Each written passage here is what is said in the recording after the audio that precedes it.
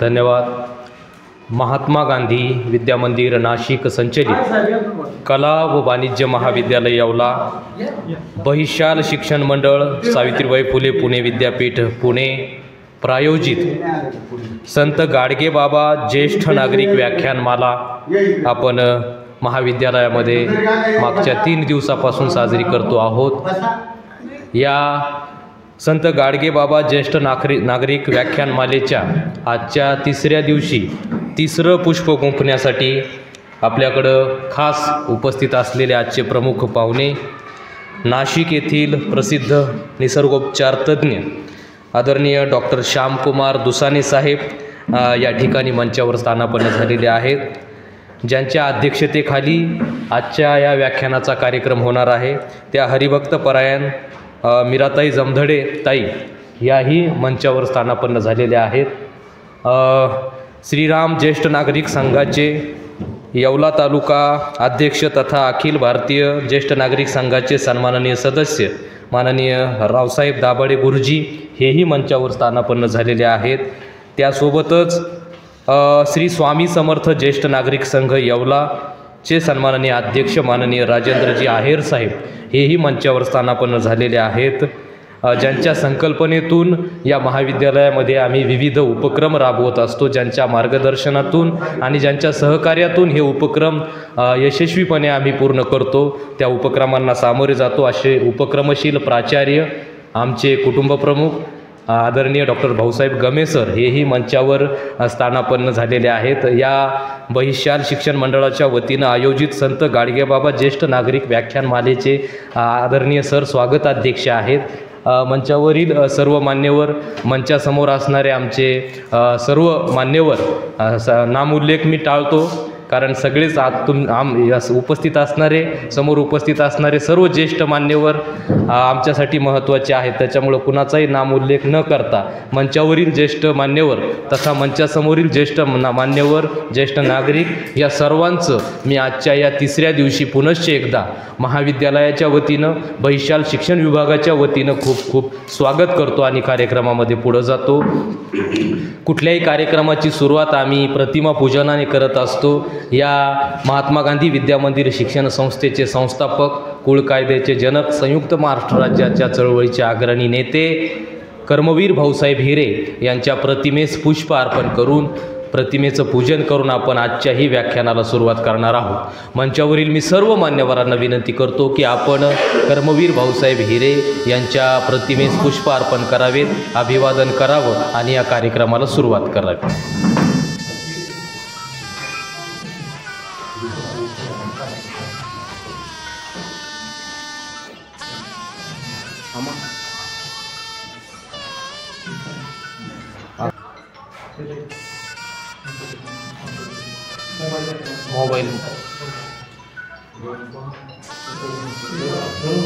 मोबाईलमध्ये घे सर. धन्यवाद. सर्व मान्यवरांना विनंती आहे की आपण पुनश्च मंचावर येऊन स्थानापन्न व्हावं. अतिथींचं, मान्यवरांचं यथोचित स्वागत करणं, सत्कार करणं हे आमचं आद्य कर्तव्य आहे संयोजक या नात्याने. त्यामुळं आपण आता स्वागत कार्यक्रमाकडे वळूयात. आजच्या कार्यक्रमाच्या सन्माननीय अध्यक्षा हरिभक्तपरायण मीराताई जमधडे मॅडम यांचं स्वागत करण्याची विनंती. स्वागताध्यक्ष तथा महाविद्यालयाचे सन्माननीय प्राचार्य आदरणीय डॉक्टर भाऊसाहेब गमे सर यांना विनंती करतो की आपण आजच्या अध्यक्षांचं स्वागत करावं. आदरणीय गमे सर.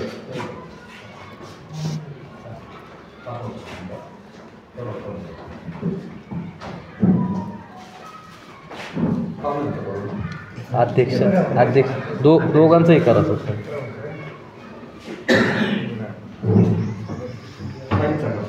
हो.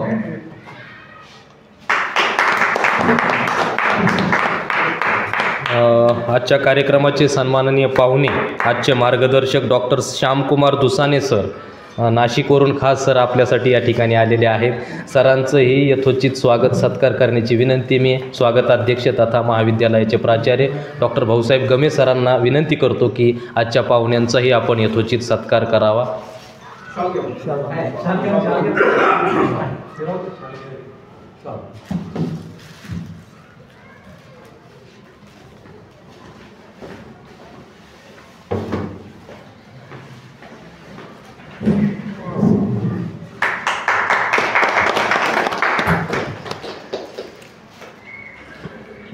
हो, धन्यवाद.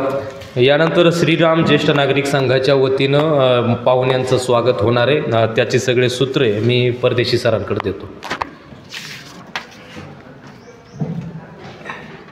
हो, सन्माननीय व्यासपीठ आणि मित्रांनो, असं म्हटलं जात असतं मानवी महता धनम.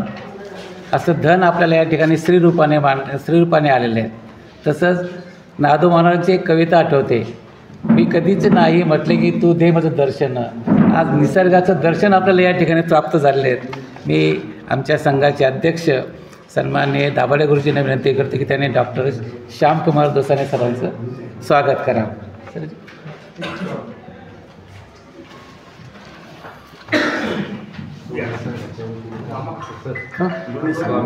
बरं, हां, स्वामी समर्थ आणि श्रीराम ज्येष्ठ नागरिक संघाच्या वतीने ओके.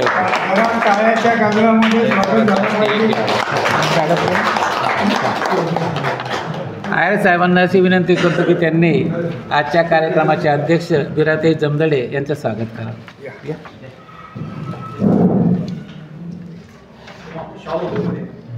हा घ्या.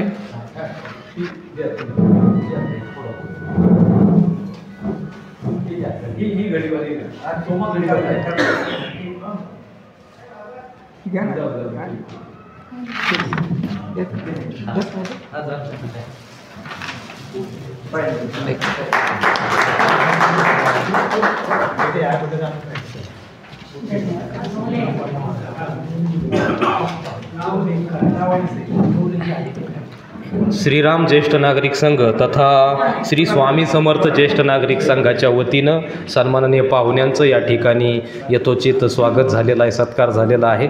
दोन्ही संघांच्या प्रती मी धन्यवाद व्यक्त करतो आणि कार्यक्रमामध्ये पुढे जातो. अधिकचा वेळ न घेता प्रास्ताविक करण्याची व पाहुण्यांचा परिचय करून देण्याची विनंती मी बैशाल शिक्षण मंडळाचे केंद्र कार्यवाह आमचे मित्र डॉक्टर धनराज धनगर सर यांना करतो.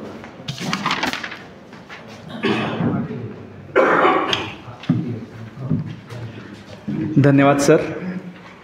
महात्मा गांधी विद्यामंदिर संचलित कला व वाणिज्य महाविद्यालय येवला मंचावर ज्येष्ठ नागरिक व्याख्यानमालेनिमित्त आजच्या कार्यक्रमाचे अध्यक्षा माननीय हरिभक्तपरायण मीराताई जमधडे विराजमान झालेले आहेत.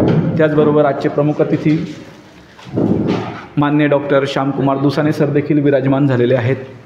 मंचावरती आमच्या सगळ्यांचे मार्गदर्शक आदरणीय डॉक्टर रावसाहेब दाभाडे गुरुजी, त्याचबरोबर स्वामी समर्थ ज्येष्ठ नागरिक संघाचे अध्यक्ष आदरणीय राजेंद्रजी आहेर सर हे देखील स्थानापन्न आहेत आणि ज्यांच्या प्रेरणेतून आणि मार्गदर्शनातून हा कार्यक्रम आम्ही दरवर्षी घेतो ते आमच्या महाविद्यालयाचे प्राचार्य आदरणीय डॉक्टर भाऊसाहेब गमे सर देखील स्थानापन्न आहेत. मी सर्व मान्यवरांचं शब्दसुमनांनी हार्दिक स्वागत करतो.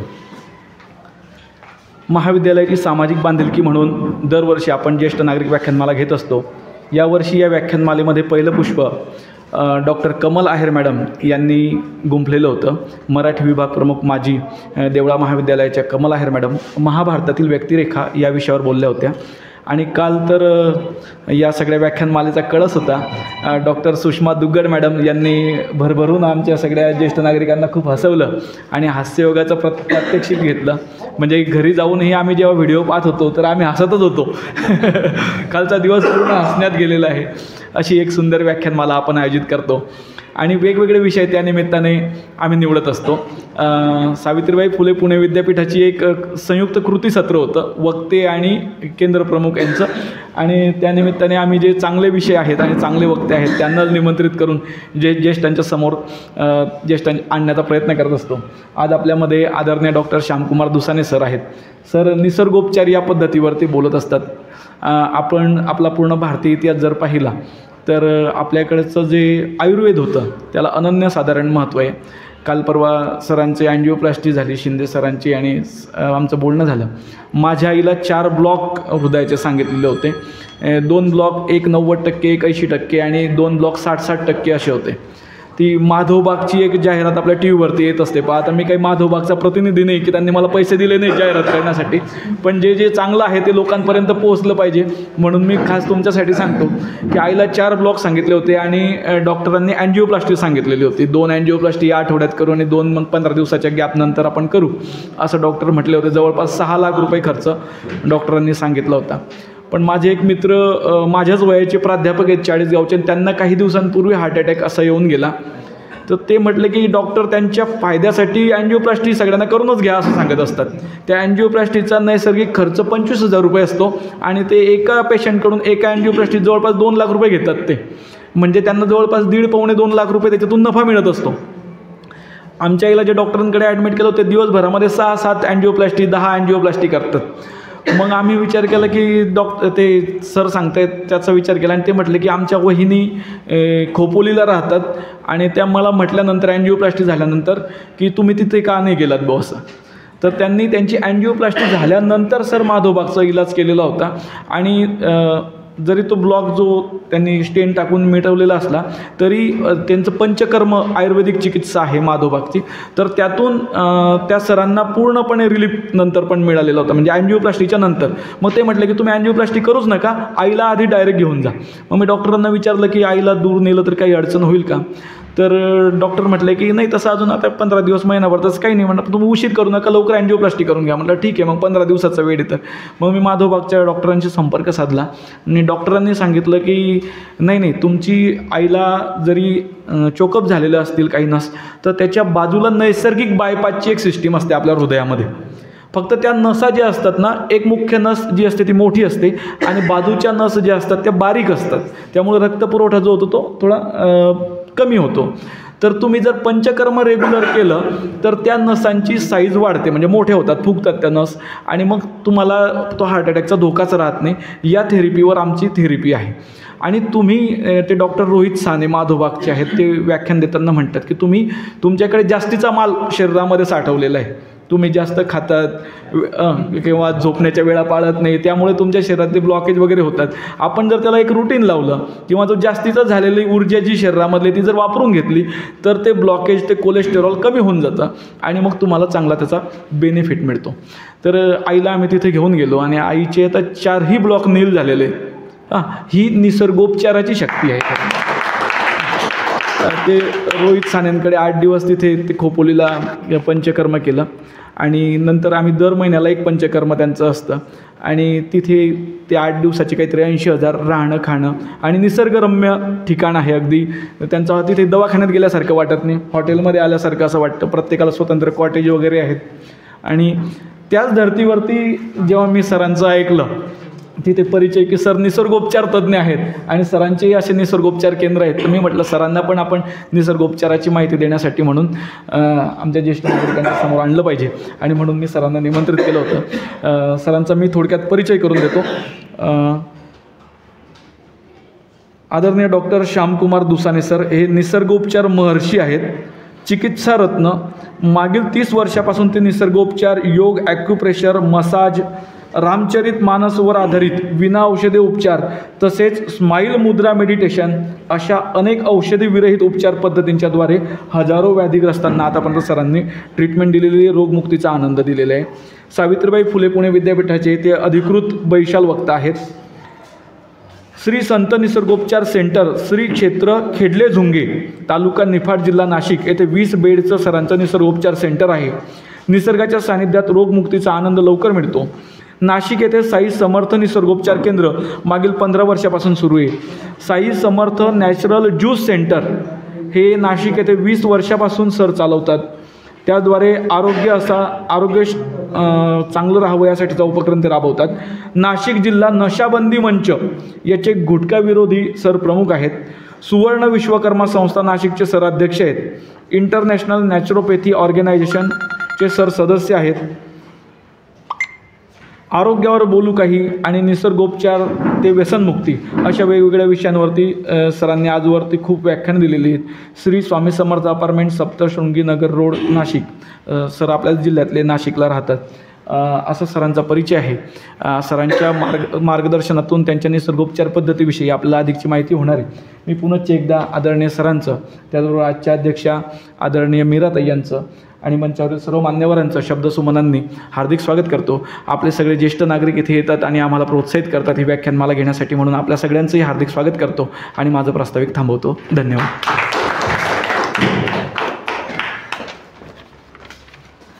धन्यवाद सर. निसर्गोपचार, आयुर्वेद याचं प्राचीनत्व, प्राचीन महत्त्व, त्याची प्रासंगिकता आणि त्याचे फायदे आदी बाबींवर तुम्ही प्रास्ताविकातून आपलं मत या ठिकाणी व्यक्त केलेलं आहे. तद्वतच आपण सन्माननीय पाहुण्यांचा परिचय, यथोचित परिचय या ठिकाणी करून दिला, त्याबद्दल आपल्याप्रती धन्यवाद. यानंतर आजच्या या व्याख्यानमालेचे, एकूण या 3 दिवसीय व्याख्यानमालेचे स्वागताध्यक्ष आमच्या महाविद्यालयाचे प्राचार्य, आमचे मार्गदर्शक आदरणीय डॉक्टर भाऊसाहेब गमे सर या ठिकाणी स्वागताध्यक्षपर आपली भूमिका अविशद करतील. आदरणीय गमे सर. धन्यवाद सर. 2 दिवसापासून आपल्या महाविद्यालयामध्ये सावित्रीबाई फुले पुणे विद्यापीठ अंतर्गत ज्येष्ठ नागरिक सहाय्यता कक्ष, गाडगे महाराज ज्येष्ठ नागरिक व्याख्यानमाला सुरू आहे. या व्याख्यानमालेमध्ये कमल आहेर मॅडम असतील, त्यानंतर काल दुगड मॅडम आणि आज दुसाने सर आपल्याशी संवाद साधणार आहे. महाविद्यालयाची नेहमी हीच भूमिका राहिलेली आहे की विद्यार्थ्यांना आम्ही घडवतो, परंतु सोसायटीशी, समाजाशी सुद्धा महाविद्यालयाची नाळ जोडली गेली असली पाहिजे.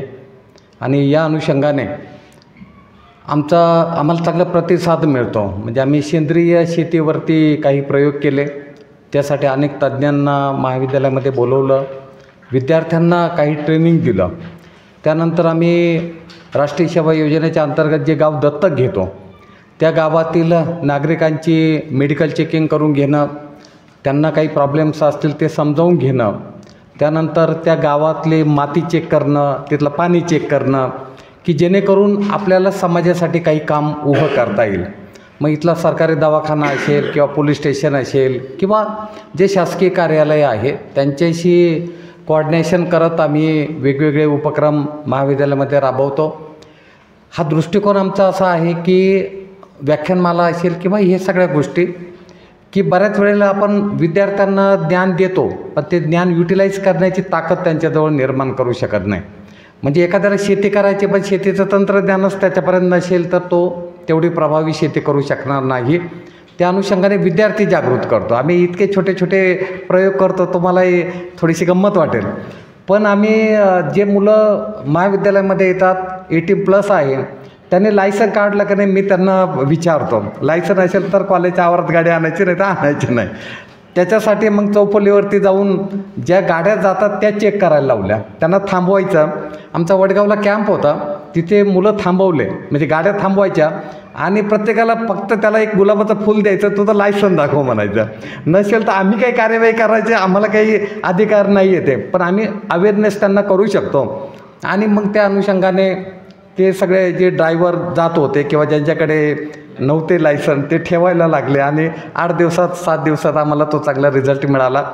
असे वेगवेगळे उपक्रम राबवले.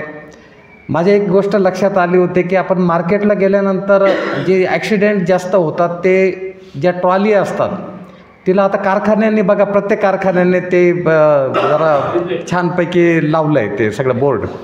तसं रेडियम आम्ही काही तयार केले कॉलेजच्या वतीने आणि त्या ट्रॉल्यांना चिकटून आलो होतो एक 4-5 वर्षापूर्वी.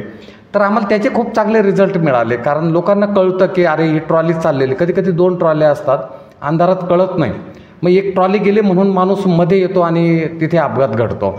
म्हणून आमचा असा एक प्रयत्न आहे की महाविद्यालयामध्ये तुम्ही आल्यानंतर आम्हाला फार स्फूर्ती येते, कारण 2-3 दिवसापासून आम्हाला बाकीचा स्ट्रेस सगळा कॉलेजच्या कामाचा मग आम्ही विसरतो. कारण एक छान वाटतं की सगळे आपल्या कुटुंबातले सगळे सदस्य आले असं एक फील महाविद्यालयात येतं. दुसरी गोष्ट की ज्येष्ठांचे काही प्रश्न आहेत, त्यांनाही अनेक अडचणी आहेत, त्यांनाही काही मार्गदर्शनाची गरज आहे. आता आज दुसाने सर जे आहे ते निसर्ग उपचाराने जर आपल्या तब्येतीमध्ये कुणाला काही प्रॉब्लेम्स असतील तर ते त्यांना कळून जातील. आता एक सांगायचं राहिलं म्हणून अगदी थोडक्यातच सांगतो की आम्ही सगळ्या प्राध्यापकांच्या काही मध्ये ज्येष्ठांची मेडिकल चेकिंग करून घेतली होती इथे आणि अनेकांचे काहीचे शुगर वाढलेले होते, काहीचे पेशी कमी जास्त झालेल्या होत्या, तर त्यांना ते उपचार करणं सोपं गेलं. आणि विशेष म्हणजे की माझे जे काही 40 सगळे कर्मचारी आहेत त्यांची चेकिंग केले तर त्यात असं आढळलं की 2-3 प्राध्यापकांना शुगर झालेली होती, म्हणजे सुरुवात झालेली होती, त्यांना माहीत नव्हतं असं काही आपल्या शरीरामध्ये काही प्रॉब्लेम्स निर्माण होत आहे. तर त्यांना लगेच ट्रीटमेंट घेतले, एक जे प्राध्यापक आहे त्याचे हार्टबीट जे आहे ते थोडेसे असंतुलित होते. ताबडतोब ट्रीटमेंट घेतली आणि पुढचे सगळे प्रॉब्लेम्स त्यांचे सुटून गेले. म्हणून आज ही जी व्याख्यानमाला आहे, खरं तर तुमचं फक्त मी स्वागत करण्यासाठी उभं आहे, परंतु हे सांगावंसं यासाठी वाटतं की तुमच्या काही कल्पना असतील तर त्या महाविद्यालयात म्हणजे आमच्याकडे पोचवा, आम्ही त्या इम्प्लिमेंट करू. मधून आता ही तर वर्षाला असते आपली 3 दिवसाची व्याख्यानमाला, पण तुम्हाला कधी असं वाटलं की आता मी मध्ये एक प्रयोग केला होता पण त्याला रिस्पॉन्स कमी मिळाला, की प्रत्येक मुलाने आपल्या आजोबांना म्हणजे ज्यांना आजोबा आहे त्याला घेऊन यायचं आणि मग त्या आजी आजोबा जे महाविद्यालयात तिथे काही आले होते, आम्ही फार चांगलं तो प्रोग्राम झाला होता की त्या आजोबा आजी इथं आल्यानंतर त्यांनाही विशेष वाटलं की आपले नात इथं शिकते, इथे टीचर कोण आहे, प्रिन्सिपल कोण आहे, व्हाईस प्रिन्सिपल कोण आहे, ॲडमिनिस्ट्रेशन कसं चालतं. तर ते आम्हाला खूप चांगल्या प्रतिक्रिया, कारण काही आजोबा म्हणाले की आम्ही पहिल्यांदाच कॉलेजला आलो, म्हणजे आमचे मुलं ग्रॅज्युएट झाले, माझे मुलंही काहींनी एकानेच सांगितलं माझा मुलगा इथेच ग्रॅज्युएट झाला, पोस्ट ग्रॅज्युएट झाला, पण मी कॉलेजला आलो नव्हतो, नातीच्या दृष्टीने मी कॉलेजमध्ये आलो. तर थोडंसं संपर्क त्या निमित्ताने होईल. महाविद्यालयामधल्या ॲक्टिव्हिटी तुम्हाला कळतात, तुमच्या ज्या ॲक्टिव्हिटी आम्ही वर्तमानपत्रांमधनं वाचतो. आज सकाळने चांगलं कव्हरेज दिलं, सरांनी जी बातमी पाठवली तिला चांगलं कव्हरेज दिलं, की मग यातून काय होतं एक सामाजिक आपण एक सलोखा निर्माण करू शकतो. या अनुषंगाने आज मी तुम्हा सर्वांचं खूप महाविद्यालयामध्ये स्वागत करतो. मला मोठा आनंद होतो की या निमित्ताने आपण सगळेजण जाता येता हाय हॅलो करतो, परंतु या निमित्ताने पुन्हा एकदा त्या सगळ्या गोष्टीला उजाळा मिळतो आणि आम्हालाही आनंद होतो. त्यामुळे असेच महाविद्यालयामध्ये तुम्ही येत चला. काही सजेशन्स असतील तर ते सुचवा. आपण एखाद्या 6 महिन्यातून एखादा कार्यक्रम घेऊ शकतो महाविद्यालयामध्ये, की जेणेकरून म्हणजे तुमच्या ज्ञानाचा फायदा हा मला विद्यार्थ्यांनाही देता येईल. पुन्हा एकदा मंचावरील सर्वांच्या आज मीराताई इथे उपस्थित आहे, त्यांनाही आपल्याला 2 मिनिट अध्यक्ष भाषणामधून ऐकायला मिळेल. दुसाने साहेब तर काय त्यांचं आता तर ते आपल्या सगळ्यांना ट्रीटमेंटच करणार आहे, त्यामुळे त्यांचं काही प्रश्न नाही. गुरुजी तर आमचे मार्गदर्शक आहे, आयर साहेब आहेत, तुम्ही सर्वजण आहात. तर तुम्हा सर्वांचं मी महाविद्यालयामध्ये खूप स्वागत करतो आणि इथे थांबतो. धन्यवाद.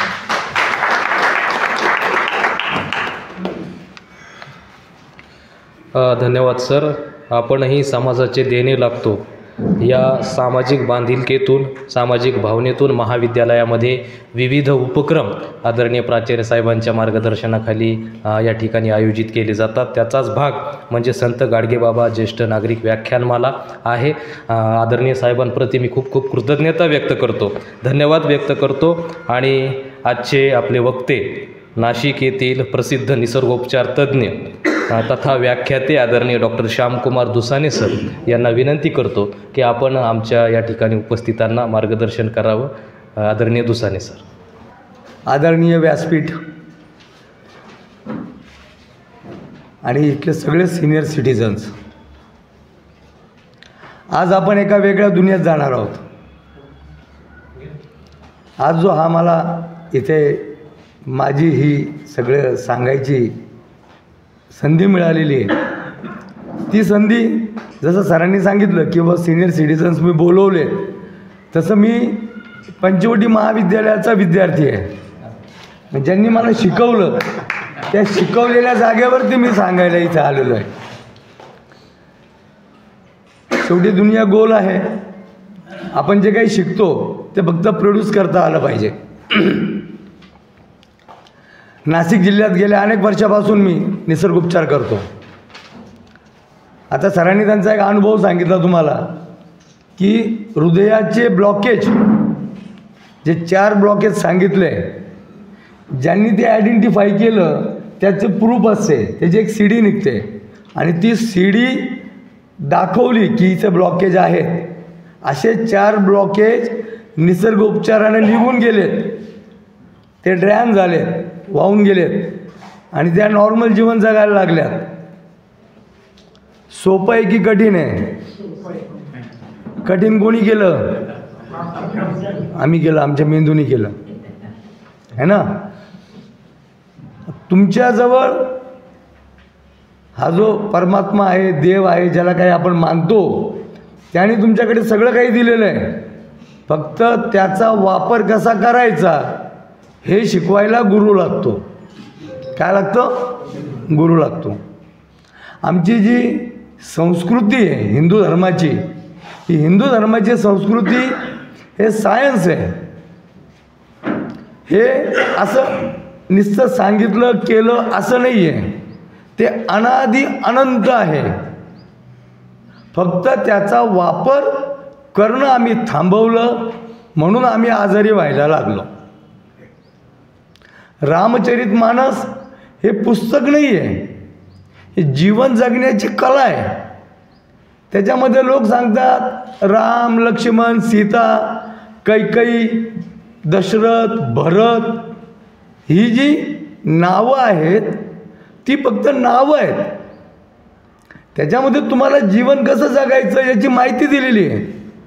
आणि ती माहिती जर तुम्ही डोळसपणे पाहिली तर तुम्ही निरोगी राहू शकता. मग यासाठी काय करायला पाहिजे? रामचरितमानस वाचलं पाहिजे. वाचलं पाहिजे म्हणजे काय तर ते समजलं पाहिजे. आता भरत आणि रामाचा वनवासात निघाले तेव्हा भरत आले आणि भरताने रामाच्या पादुका काढून घेतल्या. म्हणजे काय केलं? भरत हा ॲक्युप्रेशर तज्ज्ञ होता आणि रावणासारख्या बलाढ्य शत्रूशी रामाला लढायचंय. त्यांनी कपडे टाळले, सगळं सोडलं, पण पादुका, चपला मात्र त्याच्या पायात होत्या. मग तो आला, त्यांनी सांगितलं बाबा काही कर, ह्या सोड, कारण तुला खूप मोठं युद्ध करायचं आहे. आता हे विश्लेषण त्याच्यात नाही आहे, पण पादुका काढून टाकल्या. लोक फक्त भरत प्रेम याच्यावरतीच बोलतात, पण बिगर चप्पलनं तुम्ही कधी चालता? तुम्ही चालता का? बिगर चप्पलनं चालायची प्रॅक्टिस करता का? जाता का? पूर्वी आपले मंदिरं होते. मंदिरं म्हणजे काय होती तर मंदिराचा जो परिसर असायचा तो सारवलेला असायचा किंवा दगडाचा असायचा. त्याच्यामधून ऊर्जा निघते. बरं, मंदिरात चप्पल घालून चालणारा माणूस कोणी दिसेल का? मग मंदिर म्हणजे काय तर निरोगी राहण्याची ठिकाण. मग जो आजारी आहे त्याला सांगायचे 5 फेऱ्या मार, 11 मार, 101 मार. तो 101 फेऱ्या त्या मंदिराच्या आवारात फिरायचा आणि सुखी व्हायचा. आत्ताचं मंदिर तसं राहिलं का? आता झाली मार्बलची मंदिरं. यात जर तुम्ही फिरला तर तुम्हाला सांधेवात होईल. काय होईल? मग आता तुम्हाला काय टाळायचं? तिथे नाही फेऱ्या मारायच्या. जिथे वाळू आहे, माती आहे, जमिनीशी कनेक्ट आहे. आता सगळ्या नगरपालिकेने वॉकिंग ट्रॅक बनवलेली आहेत. तिथे जावं. गार्डनमध्ये आता लोक गार्डनमध्ये जातात, लॉन्सवर लग्नाला जातात, तिथे त्या बुटाने ते लॉन्स चेपत चालतात. उलट लॉन्सवर गेल्यावरती बूट काढावेत, सॉक्स काढावेत आणि 1.5 तास 2 तास तुम्ही त्याच्यावरती फिरावं, म्हणजे तुम्हाला आरोग्य मिळणार आहे. आता याच्यासाठी पैसे लागलेत का? याच्यासाठी तुमची मानसिकता तयार करावी लागेल. तुम्हाला लिटरेट करावं लागेल, एज्युकेटेड करावं लागेल. मग राम तिथे काय सांगितलं तुम्हाला? भरताने सांगितलं तो ॲक्युप्रेशर तज्ज्ञ. शबरी माहिती आहे का सर्वांना? शबरीची बोरं. बोरं म्हणजे काय? मग लोक म्हणतात नाही ती आदिवासी होती आणि रामाने तिची बोरं खाल्ली. म्हणजे नको त्या गोष्टीला ते चालना देतात. आदिवासी असायचं काही संबंध नाही. तेव्हा आदिवासी विदिवासी काही भाग नव्हता. राम तर राजा होता हो, आणि अब्जोपती करोडपती होता. मग आपल्याला काय करायचं? शबरीची बोरं याचा अर्थ ज्या सीझनमध्ये जी फळं आहेत ती खाल्ली पाहिजे. आमची लोक आता एज्युकेटेड झाली, हुशार. ती आंबे नसताना आंबे आणतात. 200 रुपये किलोचा आंबा आणला. शेजारच्याला भूषणावर सांगतात आज आम्ही आंब्याचा रस खाल्ला. अरे येड्या, ह्या सीझनचं फळ नाही, हे खाल्लं तर पोटामध्ये पचेल कसं काय? जेव्हा मार्केटला तुम्ही जाता, आता बघा रस्त्याच्या कडेला संत्रे विकणारे आहेत. 200 रुपये किलोची संत्री खायची गरज नाही. आता 30-40 रुपये 50 रुपये किलो झाली. आता खा ना.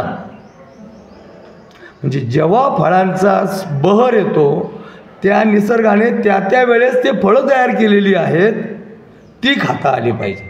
आम्ही सफरचंद खातो आणि ते सांगतो पण की एक सफरचंद डॉक्टरपासून दूर ठेवतं. सफरचंद काश्मीरचं, ते आमचं फळ नाही आहे. आमचं फळ पेरू, सीताफळ, रामफळ. म्हणजे आम्ही कोणती फळं खायची, तर आपल्या फळांचं नॉलेज आपल्याला आलं पाहिजे. आणि पेरूसारखं फळ जगाच्या पाठीवर एकमेव असं फळ आहे, जो माणूस पेरू खातो त्याचं पोट सकाळी साफ होतं. आता किती लोकांना पोट साफ न होण्याचा त्रास आहे, हात वर करा. मॅक्झिमम लोकांना प्रॉब्लेम असतो, पोट साफ नाही होत. आता बाबा म्हणतील मला चावता नाही येत, बारीक करा चाकूनी, इकडे तिकडे हलवा आणि गिळून घ्या. त्याच्यातल्या बिया ज्या आहेत ना, त्या मोठ्या आतड्यांमध्ये जो कचरा असतो त्याला कलेक्ट करतात आणि त्या बाहेर टाकतात. प्रत्येक गोष्टीला सिस्टीम दिलेली आहे. लोक काय करतात, त्या बिया काढून ठेवतात, मधला गर खातात. मग बिया आमच्याशी गरजेची आहे. फळाचं साल कधी काढू नये. फळाच्या सालमध्ये ते फळ सिक्युअर करायची सिस्टीम दिलेली आहे. मग त्या साला सगळं फळ खाल्लं गेलं पाहिजे, तर त्याचा फायदा होईल. आपल्याला व्याख्यान वगैरेचा पार्ट नाही. आपल्याला एज्युकेशन, प्रत्येक गोष्ट ध्यानात केली पाहिजे. ध्यान म्हणजे काय, जंगलात जाऊन ध्यान नाही करायचं. ध्यान म्हणजे ह्या जागेवर बसायचं. तुम्ही इथं बसलेला आहात, पोरगा दुकानात गेला का नाही, गाडीची चाबी ठेवली का नाही, इकडे जर तुम्ही विचार करत असाल तर त्याचा काही उपयोग. प्रत्येक गोष्ट कशी पाहिजे, ध्यानात. आणि जेव्हा ध्यानात करता तेव्हा जगाच्या पाठीवरती ध्यान एक अशी सिस्टीम आहे की जी सिस्टीम जगामध्ये कुणीच ती वॉशआउट करू नाही शकत. माझं एक लेक्चर जर तुम्ही ध्यानाने ऐकलं तर समजा तुम्हाला आयुष्यभर परत ते रिकॉल करायची गरज नाही, ते तुमचं पूर्ण लक्षात राहील. म्हणून मग काय केलं पाहिजे, तर आपली प्रत्येक गोष्ट ही ध्यानात घेतली पाहिजे. कोण आलं कोण गेलं याच्याकडे लक्ष न देता त्यांनी हा जो 1.5 तास आहे तो फक्त समोर पाहायचं आहे. अजिबात इकडे तिकडे बघू नका. शेजारी कोण बसते याच्याकडे पण लक्ष देऊ नका. तुम्ही जेव्हा त्याच्यातून बाहेर जाल तेव्हा तुमच्या ते लक्षात येईल की हे सगळं माझ्या मेमरीमध्ये राईट होतं आहे आणि ते नंतर रिकॉल करता येईल.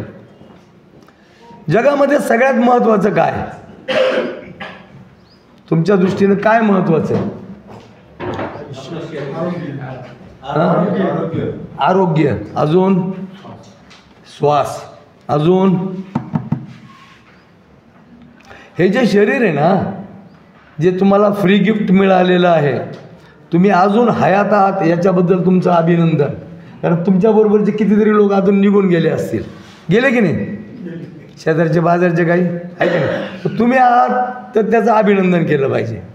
हे जे शरीर आहे हे शरीर 540 कोटीचं आहे. केवढ्याचं आहे, केवढ्याचं आहे? किंमत नाही, पण किंमत काहीतरी लावा ना, तुम्हाला लावावं लागेल ना. आत्मा हा परमात्मा आहे. आत्मा हा परमात्मा, या आत्म्याची किंमत आहे. माणूस मेला म्हणजे काय गेलं त्याच्यातलं, हृदय गेलं, रक्त गेलं, केस गेलीत, दात गेली, डोळे गेले, सगळं इथंच आहे. मग गेलं काय, जगाला अजून याचा शोध लागलेला नाही. आपणही अजून शोधात नाही आहे. फक्त आमची जी संस्कृती, हिंदू संस्कृती ही महान आहे. त्यांनी त्याला आत्मा नाव दिलं, काहींनी त्याला ची नाव दिलं, जीवनी शक्ती नाव दिलं, वेगवेगळी नावं दिलेली आहेत त्याला. पण आम्ही त्याला आत्मा म्हणतो, आत्मा परमात्मा. आणि त्या परमात्म्याची जर कोणी किंमत नाही लावू शकत, मग तुमच्या शरीराची किंमत लावली. ही किंमत कोणी लावली, ती इन्शुरन्सवाल्याने लावली. तुमचा ॲक्सिडेंट झाला, एक करंगळी तुटली तर तो त्याची किंमत लावतो. देवाने 2 डोळे दिले, एक डोळा फुटला त्याचे पैसे वेगळे, 2 डोळे फुटले तर त्याचे पैसे वेगळे, एखाद्याचे केस उडून गेले त्याचे पैसे वेगळे. प्रत्येक केसाची किंमत लावलेली. अशी किंमत 540 कोटी आहे. मग आता जगामध्ये सगळ्यात आधी तुम्ही काय सांभाळलं पाहिजे, आणि नेमकं आम्ही काय सांभाळतो, आम्ही काय सांभाळतो? माझी बायको, माझा पोरगा, माझं घर, त्याला कलर, त्याची झाडं, तो इतरत्रच. आणि सगळ्यात जास्त काय महत्त्वाचं तर त्यांनी कोणासाठी काय केलेलं आहे ना हे जास्त लक्षात राहतं. म्हणजे मी त्याला 10,000 दिले, त्याने दिले नाही, त्याचं दुःख दुसरं काही नाही. एखाद्या पोराचं त्यांनी जर लालन पालन केलं असेल, भाच्याचं, पुतण्याचं, नातवाचं, तर तो बेईमान झाला हे आधी लक्षात राहतं. तो समोरून दिसला हे तळपायाची आग मस्तकाला गेलीच समजायची, त्याचं व्हायब्रेशन होतं लगेच, अरे यांनी हा बेईमान आहे. आपल्या हिंदू धर्मात असं सांगितलेलं आहे, उजव्या हाताने दान दिलं तर डाव्या हाताला कळायला नको. हे सगळं कळतं पण वळत नाही. आणि आम्हाला जे आजार होतात ना त्या आजाराचं कारण हे सगळं आहे. आम्ही ज्याचा लोभ करतो ना तो लोभ आमच्यासाठी घातक आहे. हार्ट अटॅक आपोआप येत नाही, तो माणूस समोरून दिसला का हार्टचे बीट वाढायला लागतात. तुम्हाला काय करावं लागेल? तुम्हाला टाळावं लागेल, त्याला माफ करा. त्याच्या नावाची एक चिठ्ठी बनवा. एका सिनेमामध्ये ते दाखवलं होतं, तिला पेटवून दे, जाळा तिला आणि पाण्यामध्ये प्रवाहित करून टाका. त्याला विसरून जा आणि नवीन जीवन जगा त्याच्यासोबत. तो परत आला की त्याचा हास्य मुद्रेने स्वागत करा. ये त्याला लाज वाटली पाहिजे की अरे माझं काहीतरी चुकतंय. आणि ज्या दिवशी हे घडेल, लोक बायकोशी सुद्धा धड बोलत नाहीत. ते जसं जसं सिनियर सिटीजन होतात ना तसं तसं बायकोशी वाद वाढायला लागतात. पटतंय का सगळ्यांना? किती लोकांना पटलं? हात वर करा जराशे, सगळ्यांना कळून द्या. सांगत नाही कोणी, सांगत हे सांगता आलं पाहिजे. ज्याला सांगता येतं ना त्याच्या हृदयावरचा लोड कमी होतो. तुम्ही हास्यात सांगा ना, हरकत नाही ना, बोला, दाबून ठेवू नका. आता तुमच्या हृदयाची किंमत तुम्हाला कळली, तुमच्या शरीराची किंमत कळली, तुम्हाला काय नको करायचं ते कळलं. आपल्याला चहा प्यायचा आहे तर चहा पिणारे किती जण आहेत? हात वर करा. जे जास्त पित असतील तर दोन्ही हात वर करा. असं दोन्ही केलं तरी चालतील. आप नाही चाय पीते हो? पीते हो मॅडम? आप नाही पीत, बरं. एक मॅडम पीत नाही, अजून कोण नाही पीत? 1 2 3 4 फिजिकल डायरेक्टर, व्हेरी गुड, बहुत बढिया. जे चहा पीत नाही ना त्यांच्यासाठी टाळ्या वाजवा. आता बघा याच्यात पण इतके डेंजर लोक आहेत, काहींचे हात असेच होते. आता मी जेव्हा सांगेल टाळ्या का वाजवायच्या तर तुमच्या ते लक्षात येईल. शक्यच आहे याच्यातले काही लोक हुशार असतील, त्यांना ते माहिती पण असेल. आमच्या हिंदू संस्कृतीमध्ये मंदिर बनवलेलं आहे. मंदिर बनवलेलं आहे. मंदिरामध्ये देव आहे. देव कशाचा असतो? देव मंदिरात गेले का तुम्ही? दगडाचा. हां, म्हणजे वाक्य बरोबर आहे. तुमच्या घरामध्ये पण देव असतील. देवारा आहे का? हां, आहे, देवारा आहे. देवारामध्ये चांदीचे, सोन्याचे, मातीचे, धातूचे, वेगवेगळे, पितळेचे, नंतर दगडाचे, लाकडाचे, असे देवांचे प्रकार आहेत. आता घरातले तुमचे जे देव आहेत मांडलेले, त्या देवाची पूजा करायची आहे ना, एक ते जे काम आहे पूजा करायचं ते घरातल्या एका माणसावर येतं. ते कोणाकोणाला येतं ते मला हातवर करा देणे, मी पूजा करतो. बरं, नाही सगळे करता का? सगळे करता, वा. आता हे जे पूजा करणारे आहेत ना हे कर्म आहे. आता हे कर्म त्यांच्यावरती लादलेलं असतं. देवाची पूजा करणं म्हणजे एक मोठं कर्म. आता या कर्माला बघा कसं करतात. तामण घेतात, एक लोटाभर पाणी घालतात, पटापट सगळे देव त्याच्यात टाकतात, धाड धाड धाड धाड ओततात, त्याच्यावर पाणी ओततात, खसखस घासतात, ते तिथे ठेवतात. मग तो गंध असतो, ते टप्प टप्प टप्प टप्प लावतात, फुलं वाहतात. आरती करता का? पूजा केली म्हणजे आरती. आता पूजा केली तर ज्या माणसाने पूजा केलेली आहे ना तो एकटाच असतो, त्याच्या पाठीमागे कोणी नसतं. त्यामुळे एका हातात घंटी असते, एका हातात निरंजनी असते. एका झटक्यात तो त्यांच्यावरतून सगळ्यांना फिरवतो आणि आरती संपवतो. अनुभव आहे. त्यात जर मोबाईलवर फोन आला ना तर तो थांबतो 2 मिनटं. आधी मोबाईल. मित्रांनो, जेव्हा तुम्ही आरती करता, आरती म्हणजे कविता. आरती म्हणजे एका संताने लिहिलेली कविता. आरती का म्हणायची तर टाळ्या वाजवायचा स्पीड वाढावा म्हणून म्हणायची. आणि जगाच्या पाठीवरती बिगर चप्पल न चालणे आणि टाळ्या वाजवणे या 2 क्रियांनी सगळे आजार बरे होतात.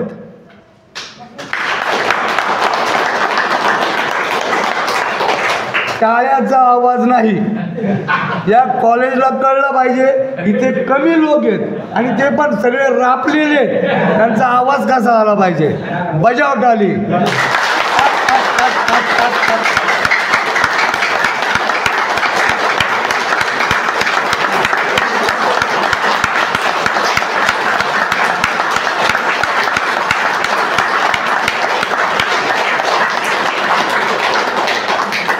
टाळ्या फक्त आनंदात वाजवल्या जातात. एखाद्या दुःखाच्या ठिकाणी गेलं आणि तुम्हाला म्हटलं टाळ्या वाजवा तर वाजवाल का? मनातून आनंद यायला पाहिजे, ऊर्जा आली पाहिजे.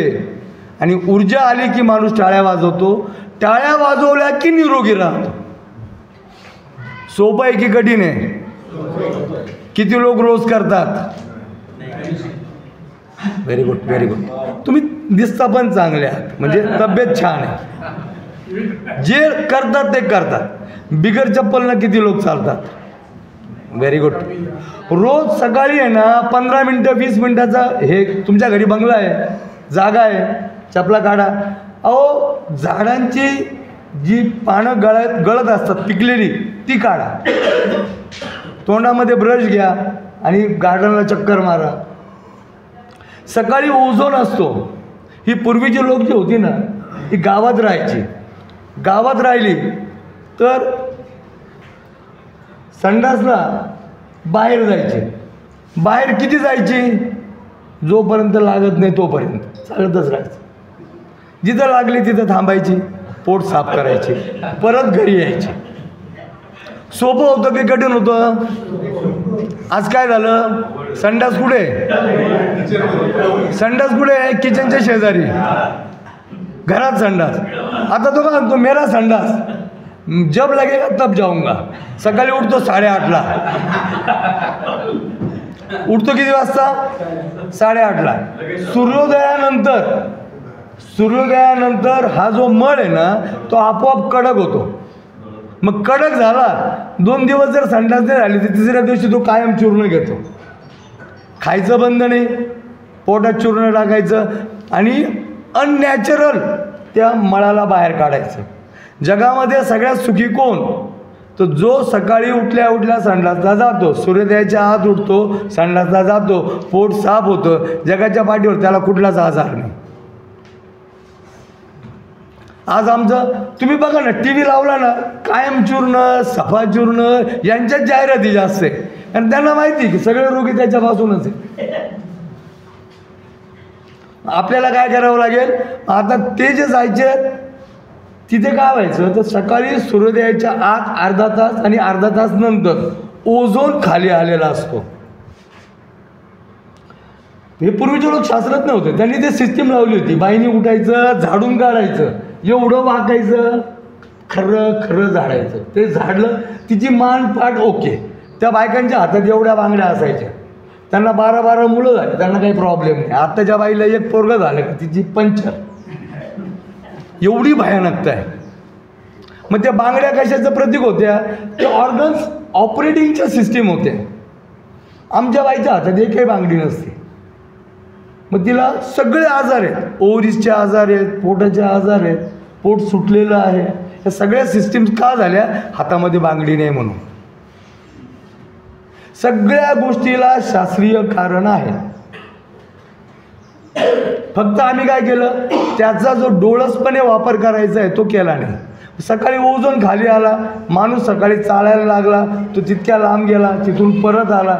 1 किलोमीटर जर तो गेला असेल, 1 किलोमीटर आला असेल, त्याचं मॉर्निंग वॉक झालं ना. प्लस त्याला ओझोन मिळालं, आरोग्य मिळालं. आज आम्ही उशिरा उठतोय आणि आम्ही सगळ्यांकडून अपेक्षा काय करतोय की मी निरोगी राहावं. निरोगी राहता येईल का? आधी बदल आमच्यात करावे लागतील, सिस्टीम्स घ्याव्या लागतील. जर 540 कोटी आहे तर त्याच्यासाठी जास्त लढावं लागेल ना. म्हणून मी माझ्या क्लिनिकला ह्युमन बॉडी सर्व्हिसिंग सेंटर असं नाव दिलेलं आहे. काय नाव दिलं? दवाखाना हॉस्पिटल टाकायचं नाही. शासनाने ती जबाबदारी घेतलेली. खूप मेजर सुपर स्पेशलिस्ट हॉस्पिटल टाकलेली आहेत. आपल्याला काय टाकावं लागेल? 540 कोटीच्या गाडीची सर्व्हिसिंग कशी करायची हेच कोणी शिकवत नाही. तुम्ही अनिरुद्ध धर्माधिकारींकडे जा, तुम्ही सांगा बाबा माझ्याबरोबरच्या 4-5 लोकांना हार्ट अटॅक आलेला आहे, मला पण येऊ शकतो, मला औषध द्या. तो काय सांगेल? एन्जिओप्लास्टी नाही सांगणार हो. तो म्हणेल आधी हार्ट अटॅक येऊ दे मग माझ्याकडे ये. जे आलेले आहेत त्यांनाच निपटता नाकात दम आहे, नवीनला कुठून घेऊ? मित्रांनो, आपलं जीवन अनमोल आहे. नको त्या भानगडीत पडू नका. फक्त स्वतःवर लक्ष केंद्रित करा. आपल्या बाहेर बघा फरशा लावलेल्या आहेत. लावलेल्या आहे का? या फरशा लावलेल्या आहेत ना. सरांनी एक मशीन मागवलं चांगलं जड, ते आणलं, पण टेकवता एका फरशीवर टेकवलं, ती फरशी गेली फुटून. आता त्या फरशा इतक्या छान दिसतात, असं वाटतं एक जीव एक सजीव झालेले. खूप सुंदर वाटतात. तुमच्या घरामध्ये पण अशा फरशा असतील.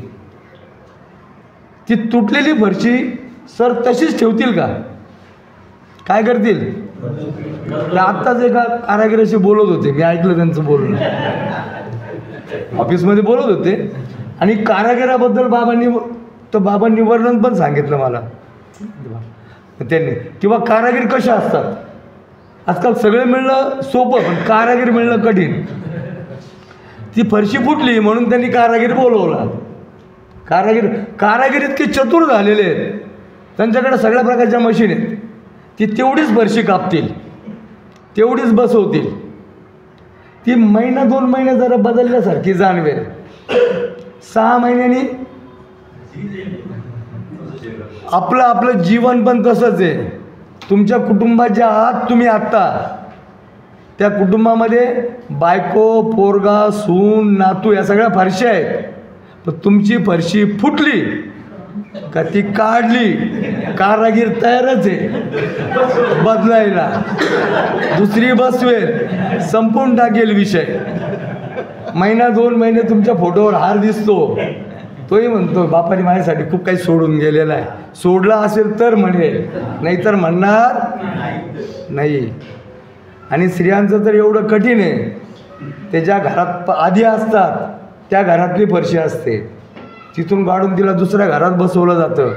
सगळं अनमॅच. तिथं पण ती रुळते, पण फुटली की काय होतं? बदलली जाते. मित्रांनो, आपलं आयुष्य इतकं महत्त्वाचं आहे. आधी आता कोणाला सांभाळायचं?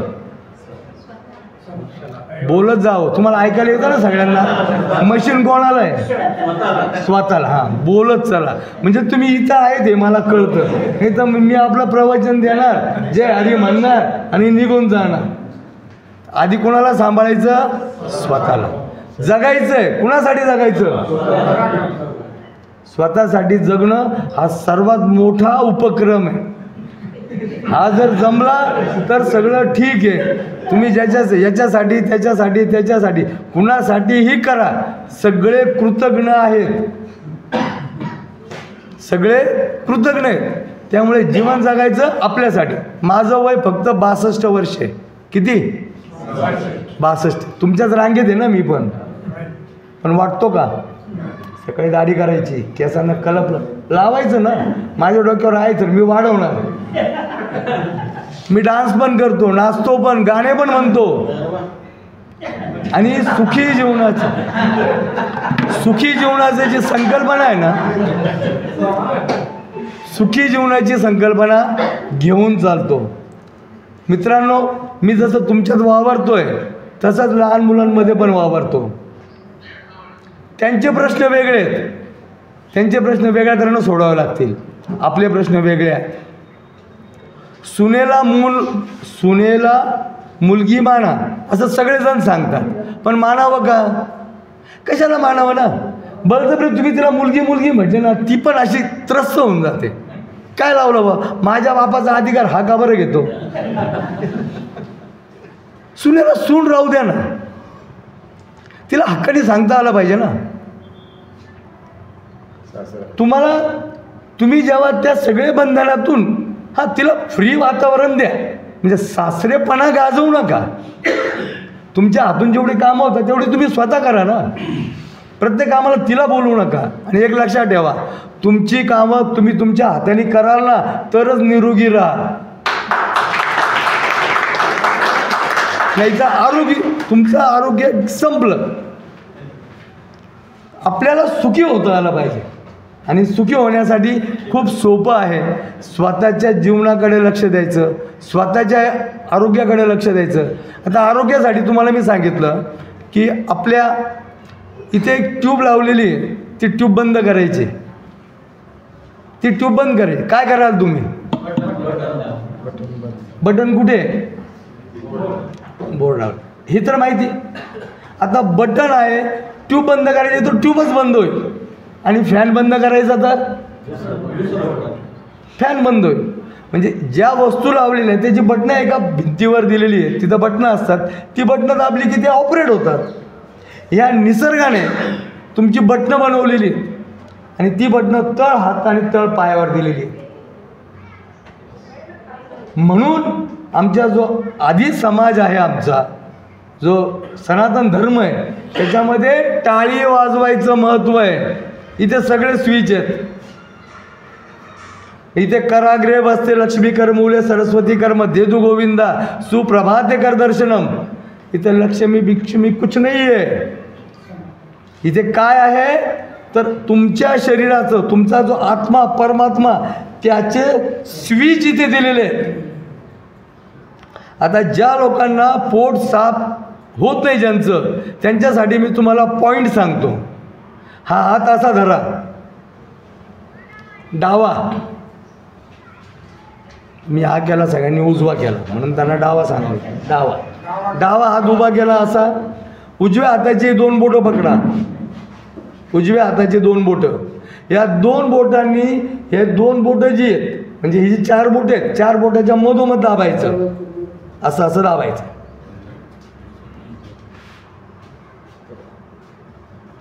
ताई हे असं असं तुम्ही वेगळंच काहीतरी दाबताय. पडदा दाबायचा. आता हा पडदा म्हणजे काय माहिती आहे का? तुमच्या मोठ्या आतड्याचा शेवटचा पार्ट, तो दाबला की त्याच्यातून मळ आपोआप बाहेर पडतो. हे जे लोक आहेत तंबाखू खाणारे किती आहेत?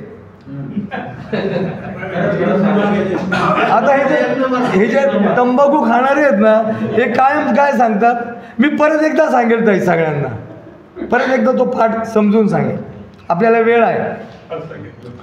तुम्ही सर्वांनी एकदा सांगितलं की आता थांबवा, माझं लेक्चर तिथे संपलेलं असेल, तिथे पूर्ण सांगणार. ओके, मग म्हणजे माझं पण हुरूप वाटतं. आता तुम्हाला मी काय सांगितलं, हे तंबाखू खाणारे काय करतात, तंबाखू खाल्ल्याशिवाय संडासा जात नाही. एखाद्या दिवशी त्यांची पुढी लपवून ठेवा, ते एर घऱ्या मारतील, दुकान उघडं होस्तोर वाट पाहते.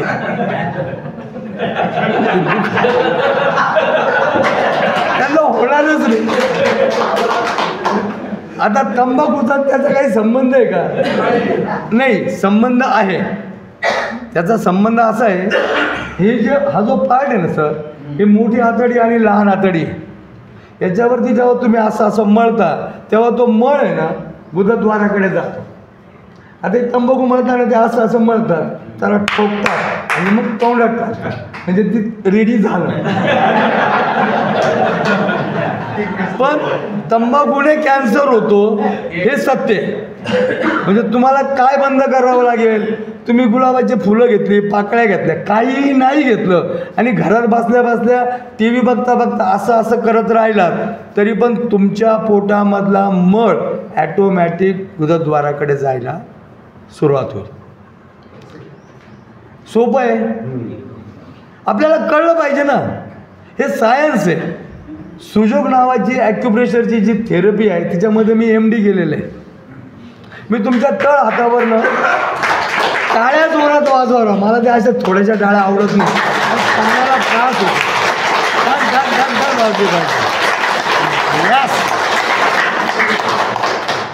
आणि आज तुम्हाला आहे ना निरोगी जीवन जगण्यासाठी टाळ्या वाजवायला मूव आहे. बिनधास्त वाजवा.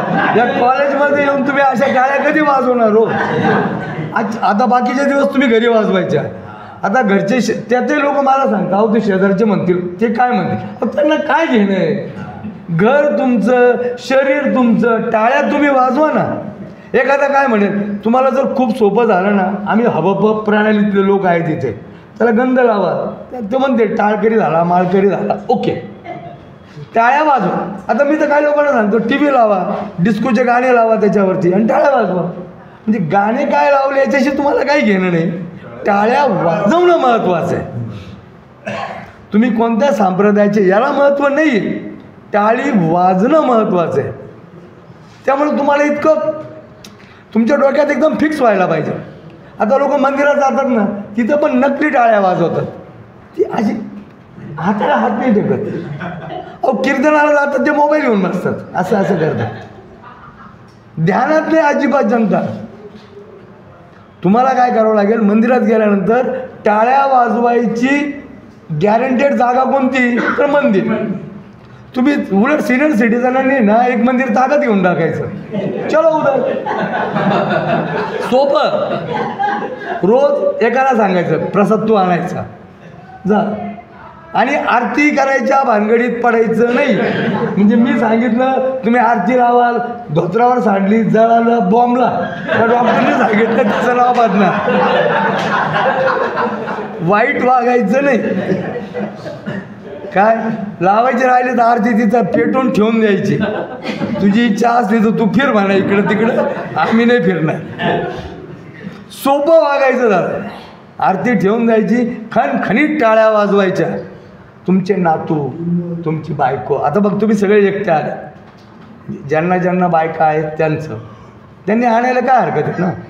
सोबत आणलं असं तर नॉलेज झालं. आज तुम्ही एकटे आले, नाही आमची मीटिंग, अरे असं नाही करायचं, सोबत घेऊन जायचं ना. सोबत आणलं तर डबल चान्स मिळतो प्रत्येकाला, है ना.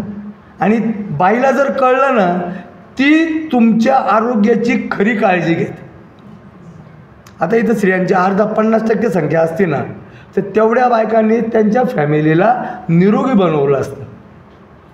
आमचं जे किचन आहे ना, किचनमध्ये सगळ्या वस्तू आहे. तुळस, पुदिना, आलं आणि ओली हळद हे असतं की नाही आपल्या घरात, असतं ना. याचा काढा करून पिले ना तर अस्थमा बरा होतो, दमा.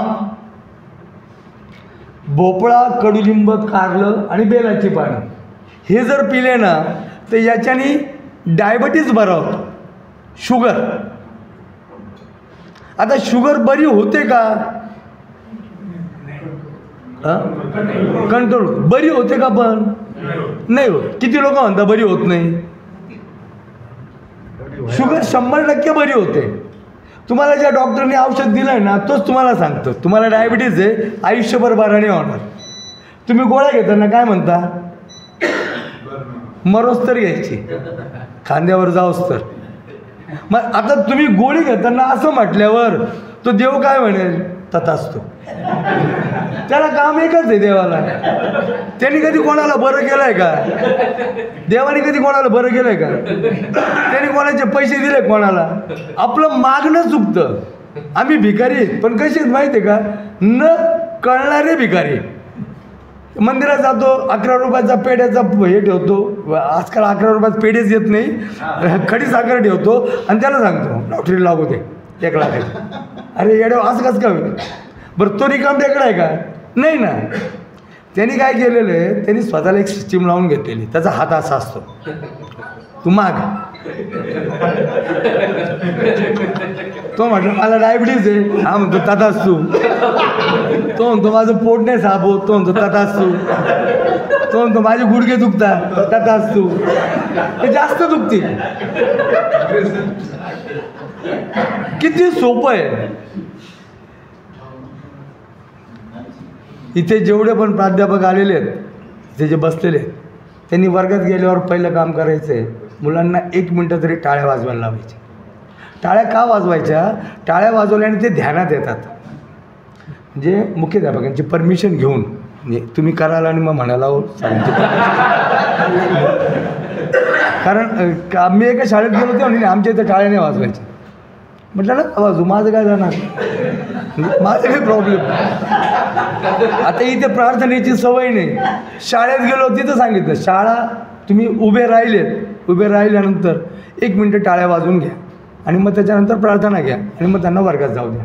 प्रार्थनेच्या इथं मी असं वळण लावलं की तुम्ही बुटं काढून जा. म्हणजे ते जे 15 मिनटं तुम्ही उभे राहणार आहे ते अर्थशी कनेक्ट व्हाल. आपल्या खांद्यावरती आहे ना, या भारतभूमीला आरोग्यदायी बनवायची जबाबदारी आहे. आपण एकटे नाही आहे, आपल्यावरती जबाबदारी दिलेली. मग ती जबाबदारी आपल्याला पाळावी लागेल की नाही. मग त्यामुळे हे जे टेक्निक्स आहेत ना, हे टेक्निक्स आपल्याला अंगीकारावे लागतील आणि हे मुलांकडनं करून घ्यावे लागतील. आता तुम्हाला मी हे नाही सांगणार की बा तुम्ही हे करा, पण तुम्ही तुमच्या नातवांना, मुलांना, फॅमिलीला हे शिकवा. तुमचं नाही ऐकलं तर मला बोलवा. मला सगळ्या गोष्टी चालतात. तुमचा वाढदिवस साजरा केला तर तिथे बोलवा. एखाद्याच्या तुमच्या कोणी फॅमिलीमधलं कोणी वारला तिथे बोलवा. ते गेलेल्या माणसाच्या ह्याच्यात पण मी त्याला आरोग्य शिकवतो. आता गेला तर थोडी परत येणार आहे, पण जे आहेत त्यांनी आरोग्य पाळलं पाहिजे. मित्रांनो, खूप मोठी जबाबदारी आपल्यावर आहे. सोप्या मार्गानं आपण आपलं आरोग्य जपू शकतो. आपण त्याच्यातून आनंद घेऊ शकतो आणि आनंदाने आपलं जीवन सुखावं करू शकतो. ज्या दिवशी तुम्ही जन्माला आलात त्या दिवशी तुमची मॅन्युफॅक्चरिंग डेट पडली का? जन्मतारीख आहे ना तुम्हाला, त्याच दिवशी तुमची एक्सपायरीची डेट पण पडलेली. आपल्याला ती माहीत नसते. मग माहीत नाही तर काय करायचं, तिची वाट पाहायची का? आपण राजमार्गाकडे छाती ठोकपणे चालायचं. लोक प्याऊ होऊन चालतात. आता काय बाबा माझे लय दिवस संपले, थोडेसे सांग. अरे मग जगतो कशाला, जायला बाबा लवकर, भुईला भार कशाला करतो. तर त्याच्याकडे राजमार्गाने चला, छाती ठोकपणे चला. अरे जाने का तो है, एक दिन जाने का है, लेकिन कैसा जाने का, शान से. काल भेटला होता आणि चालता चालता गेला हो, असं म्हणता आलं पाहिजे. आणि हे जे म्हणणं आहे ना, हे केव्हा होईल? एक्सपायरी डेट फिक्स आहे ना. आपल्याला बघा, करोनाच्या काळामध्ये खूप चांगले लोक गेली की नाही. मी नाशिकवरनं बाहेर जायचो, पेशंटला हात लावायचो, मास्क नव्हता. शासनानं एवढी बंधनं लादलेली होती आमच्यावरती की गाडी दिसते ना ते थांबवायचे पोलीस. ते विचारायचे असं कर तसं कर, ते मास्क लावा.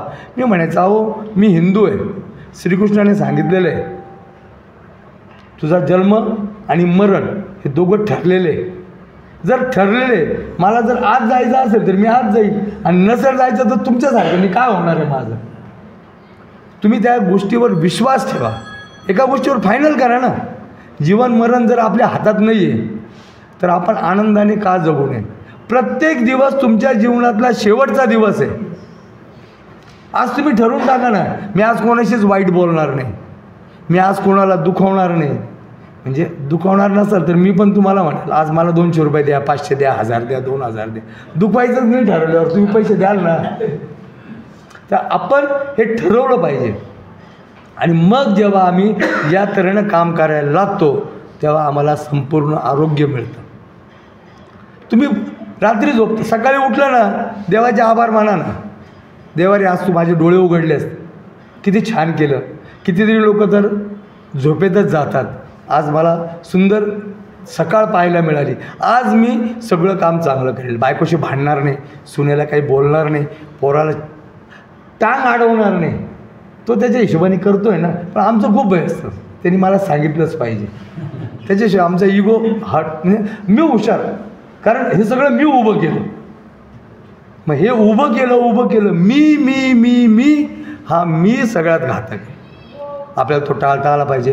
रात्री झोपताना एकदा असं म्हणता आलं पाहिजे की आज मी दिवसभरात ज्या काही चुका केल्या असतील त्या तू माफ कर. त्याचा हात कसा आहे, तो काय म्हणतो, तथास्तु. पण तुम्ही मागितलं पाहिजे ना, तुम्ही मागत नाही. तुम्ही काय म्हणता, मी बोललो ते मी बरोबर बोललो, तो चुकीचा होता. आपल्याला मागता आलं पाहिजे. ज्या दिवशी तुम्ही तुमची चूक मान्य करायला लागाल, मागायला लागाल, त्याला तथास्तु व्हायला लागेल, त्या दिवशी तुमच्या मनावरचा स्ट्रेस निघून जाईल, तणाव निघून जाईल आणि तुम्ही तणावमुक्त. रात्री तुम्ही माफी मागितली देवाची, संपला तुमचा हिशोब त्या दिवसाचा. आता दुसरा दिवस दुसरा, आणि या तऱ्हेनं तुम्हाला जीवन जगता येईल. खूप सोप्या पद्धती आहेत आपल्या जीवनामध्ये. टाळ्यांमध्ये तुम्हाला मी सांगितलं की आता आपण हृदयाचं, ओ दादा, ओ काका, ओ भाऊ, मला 1.5 तास दिलेला आहे. हे जे बैशाल आहे ना, हे बैशाल म्हणजे काय? ह्या प्रिन्सिपल सरांनी, ह्या कॉलेजने हे लेक्चर ठेवलेले आहे. हे बैशाल व्याख्याता आहोत आम्ही. बैशाल व्याख्याता म्हणजे काय?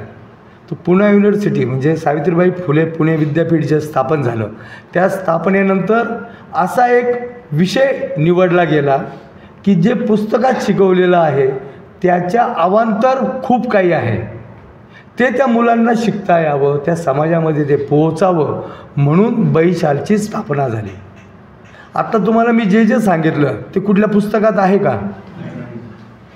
याच्या अगोदर तुम्हाला एखाद्या डॉक्टरनी समजून सांगितलं का? कोणीच नाही सांगितलं. काय त्यांचा धंदा? आम्हीच त्याला शिकवला. कारण काय? तर तुम्ही हे शिकले नाही म्हणून ते करावं लागलं. आपण कायम दुसऱ्याकडे बोटं दाखवतो, आमच्याकडचे बोटं कधी पाहतच नाही. ते करतात, ते करतात, ते करतात, ते करतात. चहा किती लोक पितात? सगळेच पितात.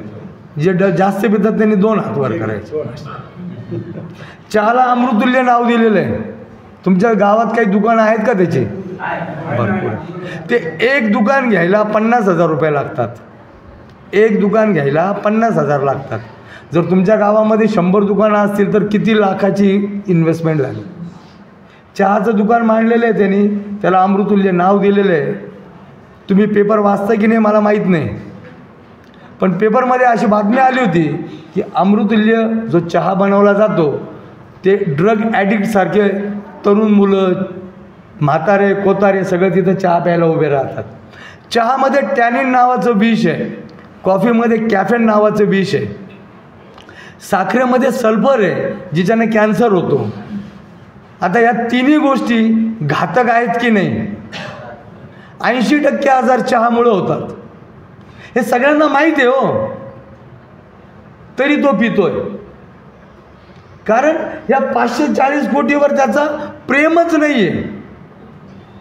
सुंदर राहावं असं त्याला वाटतच नाही आहे. मला 40 वर्ष झाले मी चहा नाही पिलो. आता एका बाबांनी सांगितलं की त्यांचा मुलगा डॉक्टर आहे, तो चहा पित नाही. त्याची बायको डॉक्टर आहे, ती पण चहा पित नाही. ते पित असू द्या ना, ते पित असतील, त्यांना कधी कोणी सांगितलंच नाही ना. त्यांना 540 कोटी ज्या दिवशी संपतील ना, आता तुम्ही इथून उठून गेलात आणि डॉक्टर श्यामदुसार यांनी खूप बोर केलं, चला चहा घेऊ अर्धा अर्धा, त्याला मी काय करू शकणार?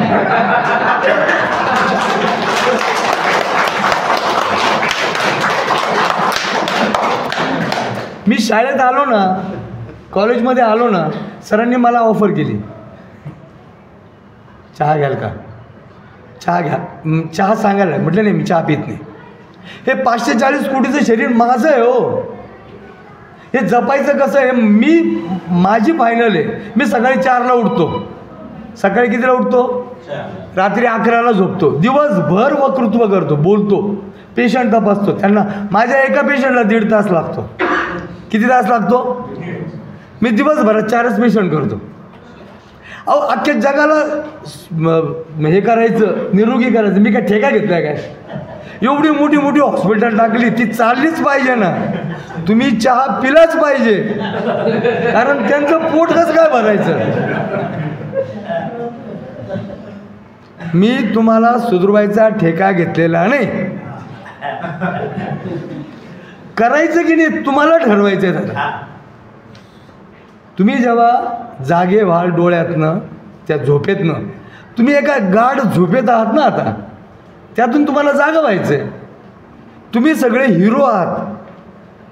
तुम्ही ह्या समाजाचे कोण आहात? हिरो आहात. तुम्ही खूप टक्के टोपणे खाल्लेले, तुम्ही खूप सिनियर आहात. याच्यातले काही लोकांनी तर खूप लोकांना घडवलेलं आहे. जे शिक्षक आहेत, जे मुख्याध्यापक म्हणून रिटायर झाले असतील, त्यांच्या हातून खूप मुलं शिकलेली आहेत. तुमच्या ह्या ज्ञानाचा फायदा तुमच्या फॅमिलीला, तुमच्या समाजाला नक्की झाला पाहिजे. आमचा हिरो एका गाडीला खेटून असा उभा राहतो, एक गुटख्याची पुडी फोडतो आणि अशी तोंडात टाकतो की नाही? तुमच्या घरातली जी लहान मुलं आहेत ना, त्यांच्यासमोर एक रिकामा पाऊस टाका, तो पण तशीच फोडेल, तशीच तोंडात रिकामी करेल. हे तुम्हाला पाहून केलं जातं. तुम्हाला हे बदलावं लागेल. तुम्हाला चहा पिणं सोडा असं मी कधीच म्हणणार नाही, पण जर तुम्ही सोडला तर तुमचा नातू पिणार नाही आणि तुमची जी येणारी पिढी आहे ना, ती सुदृढ होईल. माझं काही कोणाशी भांडण नाही. माझी चहाची कंपनी नाही, साखरेचा कारखाना नाही, माझी मेडिकलची कंपनी नाही की तुम्ही औषधं खाणं बंद केले तर माझं नुकसान होणार आहे. माझं या तिघांपैकी काहीच नाही. तुम्ही हे करावं आणि ॲडमिट व्हावं. तुमचे जे खर्च आहेत ना, ते आत्ता महत्त्वाचे आहेत. तुम्ही आत्ता मला सांगायला याच्यातले काही लोक मला म्हणतील, अहो मी आजपर्यंत मला 1 रुपयाचा खर्च नाही. हे असे फुशारकीने लोक सांगतात, पण जेव्हा ॲडमिट होतात ना, तेव्हा 5 लाख 10 लाख त्यांना इझी लागतात. आजकाल आमच्या दवाखान्याचे तोंड अशी फाडलेली आहेत, ते फक्त म्हणतात ये मध्ये ये सिस्टीम. कितीतरी लोक आता दिसताना एकदम सुदृढ दिसत आहेत तुमच्यातले. ते तुम्ही असं ऐकलं असेल बघा, बाथरूममध्ये पडला आणि खुब्याचं हाड मोडलं. ऐकलं का तुम्ही? याचं कारण काय? याचं कारण आहे साखर. साखर पचवायला कॅल्शियम लागतं. ही जी हाडं आहेत आपली, ती कॅल्शियमनी बनलेली आहेत. आता तुम्ही कॅल्शियम बाहेरून घेत नाही आहे, त्यामुळे काय होतं, त्या हाडाला होल पडलेली असतात. बरं, आजकाल बाथरूम पण भारी बनवलेली आहेत, त्याला टाईल्स असतात, फक्त आदळायचा उशीर, कचुरा असा भुगा झाला की बदला. इतकं सोपं जीवन आहे आणि आम्ही हे सगळं कळत असून आम्हाला वळत नाही. तुम्हाला काय करायचं तुम्हाला ठरवायचं. हाड मोडलं, माझी आठवण करायची. श्यामदुसानींनी सांगितलं होतं हे बंद कर, नाही केलं म्हणून तेव्हा 10 लाख लागतातच. एकाचं बदललं त्याच्याने नीट चालता येत नाही, मग दुसऱ्याचंही बदलावं लागतं. सिस्टीम आहे, आम्ही त्याला टाळू शकत नाही. तुम्ही हिरो आहात. तुम्ही घरात जर समजा तंबाखू खात असाल, आत्ता मी परवा एका व्याख्यानमालेला गेलो, तिथले सिनियर सिटीजन होते. तंबाखूबद्दल सांगू. बरं, मी आणणार होतो ते. माझं प्रदर्शन आहे ना, बरं का, माझं प्रदर्शन आहे ना, ते तिथे गाडीमध्ये आहे. मी ते मांडून देतो, असं लावून देतो. म्हणजे काय लोकांना सगळं लागतं, पाहावं लागतं. व्हिज्युअल ते बघतात, अरे गाल फाडला तंबाखूने, सिगारेटने, कॅन्सरने. मग सुंदर देवाने शरीर दिलेलं आहे, तुम्ही किती घाण करून घेता. काय बंद करायचं आहे ना, त्याची एक यादी बनवायची, त्याच्यावरती फुल्या मारायच्या. आणि काय चालू करायचं आहे ना, हे पण. अजून मला कोणी विचारलं नाही चहा सोडला तर मी काय करायला पाहिजे. मी सकाळी काय पितो बघा, भोपळा, कडुलिंब, कारलं, बेलाची पानं, गाजर, बीट, तुळस, पुदिना, आलं, कोकम, आवळा, ओली हळद, एवढे रस पितो. 1 लिटर रसांचं प्राशन करतो. सकाळी मी पिऊन आलेलो आहे. 1 वाजेपर्यंत मी काहीच खाणार. हे रामचरित मानसमध्ये सांगितलेलं आहे सुखी जीवनाची संकल्पना काय. तर त्यांनी काय सांगितलं, 12 वाजेपर्यंत पोट रिकामं ठेवा. नाश्ता म्हणजे जीवनाचा नाश. Break your breakfast, another way breakfast will be break you. Breakfast will be break you. नाश्ता म्हणजे जीवनाचा नाश. ते इंग्रज आलेत, ते आमच्या इथे काहीतरी देऊन गेलेत. आता पूर्वीचे लोक शेतकरी होते, शेत नांगरावं लागायचं, तेव्हा त्यांना 2 भाकरी, कांदा, पिठलं, असं ठेचा हे घेऊन ते शेतावर जायचे. त्यांचं जे आऊत आहे ना, आऊत ते खांद्यावर असायचं. 2 बैल घेऊन जायचे आऊत. आता कोणाच्याही खांद्यावर दिलं तर मला वाटतं ते तर वाकूनच जाते, उचलणारच नाही. तेव्हा त्यांची ताकद रग होती. तिथं जाऊन ते पाव एकर नांगरायचे. पाव एकर नांगरलं का मस्तपैकी आपली न्याहारी खोलायचे, यथेच्छा ताव मारायचे. आता तुमच्या पोराला सांगितलं की तू हे कर, न्याहारी एवढीच न्याहारी खाय, तर चालेल का? का बरं? आता त्याचा डाएट बदलला आहे. तो अंगठ्याने ट्रॅक्टर चालू करतो, एका दिवसामध्ये 2-3 एकर नांगरून येतो. त्याने त्याचं खाल्लं तर त्याला पचणार पण नाही. आपली सिस्टीम बदलावी लागेल. मग नाश्ता हा जीवनाचा नाश आहे. सकाळी 12 वाजेपर्यंत काही खायचं नाही. 12 वाजता कच्च्या फळांचा ज्यूस प्यायचा, कच्ची फळं खायची, स्प्राऊट खायचं, रात्री एक वेळा जेवण करायचं. ज्या जेवणामध्ये वरण भात भाजी पोळी असावी. नॉनव्हेज खाल्लं तर 48 तास पोटात पडतं, ते बाहेर जात नाही. त्याच्याऐवजी शाकाहार वापरायचा. मनुष्य हा प्राणी आहे, त्यांनी म्हणजे प्राण्यासारखं जगावं. संडास लागली तर जायला पाहिजे, गॅस निघाले तर गॅस बाहेर निघू द्यायला पाहिजे. तुम्ही जे जांभई आली, लोक म्हणतात जांभई देऊ नये, नंतर शिंक आली तर दाबून धरा. तुम्ही कुठलाही आवेग दाबायचा नाही. किती 4 चौकात बसलेले असले तरी आपला पाय वर करायचा, आवाज आला तो सोडून द्यायचा. ज्या दिवशी तुम्ही दाबायला शिकाल त्या दिवशी हार्ट अटॅक आल्याशिवाय राहणार नाही. हार्ट अटॅक येणार नाही, पण ते जे ऊर्ध्वमुखी वायू जेव्हा ऊर्ध्वमुखी जातो तेव्हा हृदयावर ताण येतो. तो डॉक्टर माइल्ड अटॅक आला होता असं सांगून 5-10 लाख रुपये काढून घे. सोपं आहे का कठीण आहे? करायला लाजायचं का? शिंक आली तर जोरात शिंकायचं काय, आणि एकदम असं सुखी जीवन जगायचं. संडासा जायचं, दिवसातून 3 वेळा जावं. काही लोकांना खूप भूषण असतं, 4 वेळा खातात, सकाळी एकदाच जातो. अरे एकदाच काय जातो येड्या, जेव्हा लागली तेव्हा जायचं. सोपं आहे ना. काय तुम्ही काही ॲग्रीमेंट करून दिलेलं आहे का? किती भयानक आहे राव.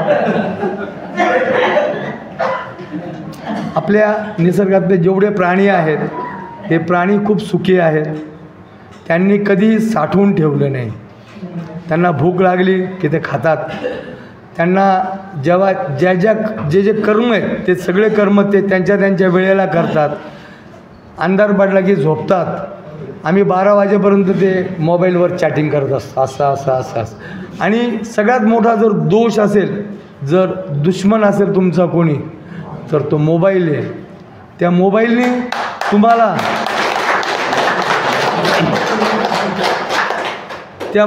तुम्हाला तुमच्या घरापासून तोडलं, तुमच्या बायकोपासून तोडलं, तुमच्या नातवापासून तोडलं, तुमच्या फॅमिलीपासून तोडलं, तुमच्या समाजापासून तोडलं. मोबाईल हे ॲडव्हान्स टेक्नॉलॉजी आहे. त्याचा वापर किती करायचा, तर तुमच्या जीवनामध्ये तुम्ही जर कॅलेंडर बनवणार असाल तर त्याच्यामध्ये कॅलेंडरमध्ये 1 तास त्याला द्या. तो मोबाईल बाहेर काढा, सगळ्यांशी कनेक्ट व्हा, 1 तासाने परत बंद करा. लोकांना सांगा मी सकाळी 10 ते 11 याच वेळेस मोबाईलवर असतो. आपलं पण काहीतरी ॲटिट्यूड ठेवा ना. बंधनं कशाला?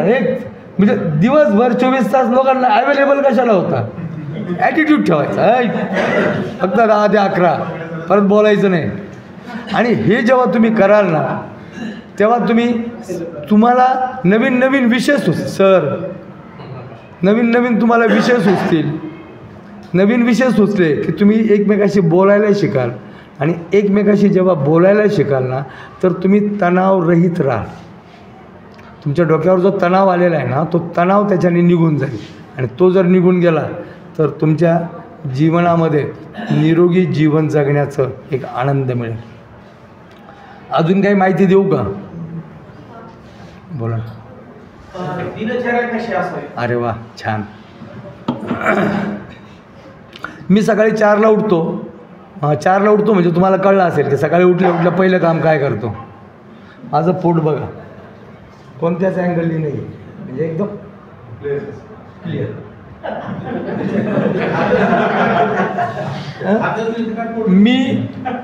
मी योगा करत नाही, मी वॉकला जात नाही, मी कुठलीच सिस्टीम वापरत नाही, मला कुठलं औषध पण नाही.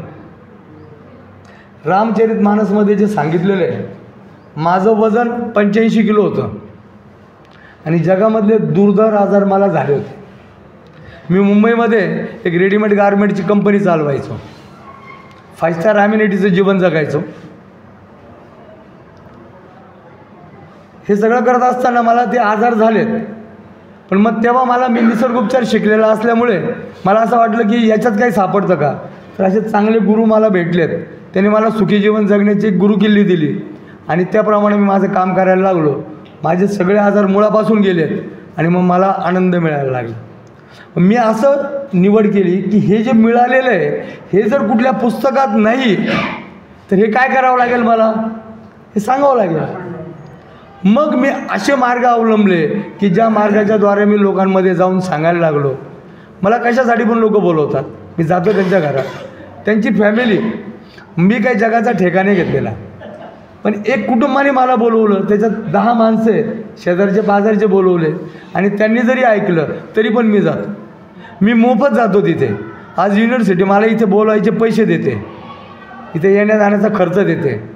आमच्यासाठी ते खूप खर्च करतात. हा आमचा, मला तो स्वाभिमान आहे की बा मी सावित्रीबाई फुले पुणे विद्यापीठाचा बैशाल वक्ता आहे आणि तुमच्यासारख्यांशी मी कनेक्ट होऊ शकतो, तुमच्याबरोबर येऊ शकतो. पण मी कुणाच्या इथे जाऊन ही सगळी माहिती देतो. सकाळी उठायचं, सकाळी सूर्योदयाच्या आत उठायचं. सूर्योदयाच्या आत उठलं की तुम्हाला 1ही रुपयाचा खर्च न करता पोट साफ होतं. तुम्हाला मी एक मार्ग सांगितला की इथे बोटामध्ये असं दाबा आणि पोट साफ करा. त्याच्यात ह्याला चोळा, तुमचा मळ ॲटोमॅटिक तुम्हाला कळेल, गॅसेस पास होत आहेत, मळ बाहेर जातो आहे. आणि हे कळायला लागलं ना तर मी बोलतो आहे ना हे सगळं शक्य होईल. 100 लोकांचा जरी तो खर्च वाचला, 100 रुपयाची ती कायम चूर्णाची बाटली आहे ती जर थांबली, कायम चूर्णाच्या बाटलीने मोठ्या आतड्यांना सवय होते, ते लॅक्झेटिव्ह घेतल्यामुळे त्याच्यावरती काही आघात होतात आणि त्याच्यामुळे काही दुष्परिणाम तयार होतात. हे टाळण्यासाठी आपल्याला नॅचरल वेकडे जायचं आहे. मग तुम्ही हे चोळलं, पोट साफ झालं. पोट साफ झाल्यानंतर तो माणूस बाहेर जेव्हा येतो ना तेव्हा त्याच्या चेहऱ्यावर स्वर्गीय सुखाचा आनंद असतो. जगामध्ये स्वर्गीय सुख म्हणजे काय तर पोट साफ होणं, बाकी सगळं फेक. मग तो आला, आम्हाला चेहरे पाहून सांगता येईल कोणाकोणाचं पोट साफ होतं. त्याचा हात धरला की हातावरून लगेच कळतं की याचं पोट किती साफ होतं. मग हे स्वर्गीय सुख मिळालं त्याला की तो विचारतो आज काय बनवलेलं आहे. म्हणजे एकदा आउटगोईंग चांगलं झालं की त्याला इनकमिंगची इच्छा होते. ज्याचं आउटगोईंग चांगलं नाही तो असं सांगतो, त्याला जर बायकोने विचारलं पोहे खाता का, थांब जरा, हे थांब जरा म्हणणारे जे आहेत ते सगळे त्या कॅटेगरीतले. मग आपल्याला सुखी व्हायचं आहे तर आधी पहिल्यांदा पोट साफ व्हायला शिकायचं. हा विषय सिनियर सिटीजनचा आहे म्हणून त्याच्यात चांगल्या तऱ्हेनं मांडता आला मला. हे तर मुलांमध्ये एवढं चांगलं मांडता येत नाही. पोट साफ झालं, ज्यांचे गुडघे दुखत आहेत, पाठ दुखते, मान दुखते, कंबर दुखते, त्या लोकांनी हे दोन्ही हात एकमेकात असे अडकवायचे. अडकवले, हे जे चवडे आहेत आपले त्याच्यावरती एक घासायचे असे असे असे असे, हे बोटं टाईट ठेवायचे पक्के आणि असं असं घासायचं. हे केलं, तुमच्या पायाचे गुडघे मोकळे झाले, हाताचे कोपर मोकळे झाले, शोल्डर मोकळे झाले, कंबर मोकळे झाले. किती मिनटं कराल? काय 540 कोटीचं मेंटेनन्स मागता आणि 5 मिनटावर. म्हणजे बघ माणसाची क्रिया कशी आहे. बरं मोफत करायचं आहे, त्याला कोणाला बोलवायचं नाही. हां, तुम्ही टी व्ही बघता, रिकाम टेकडे बसते, सोडत बसा ना, त्याला कुठे पैसे लागतात, खरं घासा. बरं हे घासल्याने काय होणार आहे, तर तुमचं ज्यांच्या घरात तुम्ही सिनियर सिटीजन आहात, तुमच्या घरामध्ये जर कुणाला रात्री बेरात्री हार्टचा प्रॉब्लेम सुरू झाला, श्वासोश्वास घ्यायला त्रास झाला तर काय करता येईल, किंवा तुम्हाला फर्स्ट एड कसा करता येईल. तर आपला हात घ्या, डावा हात, ही जी लाईफलाईन आहे आयुष्याची माहिती आहे ना, लाईफलाईन मोठी लाईन जी ठळक दिसते, तिच्या इथे 4 बोटं ठेवायचे, 4 बोटं, आणि याला प्रेस करायचं, असं असं दाबायचं, असं असं दाबायचं. कोणत्याही हाताचे. पायाचं केलं तरी पण चालतं. हे पहा, पायावरती पण पॉईंट आहेत ना. उजव्या हाताने डाव्या हाताने करा डाव्या. आता ज्याचं दुखतंय का कोणाचं दाबून बघा. कोणाचं दुखतं? ज्याचं दुखत असेल त्याने हात वर करा. मला सांगता येईल का दुखतंय बघ. असं जोरात दाबायचं सांग है ना. असं दाबायचं. आता टाळी वाजवणं का बरं महत्त्वाचं? तर टाळीनं सगळे पॉईंट दाबले.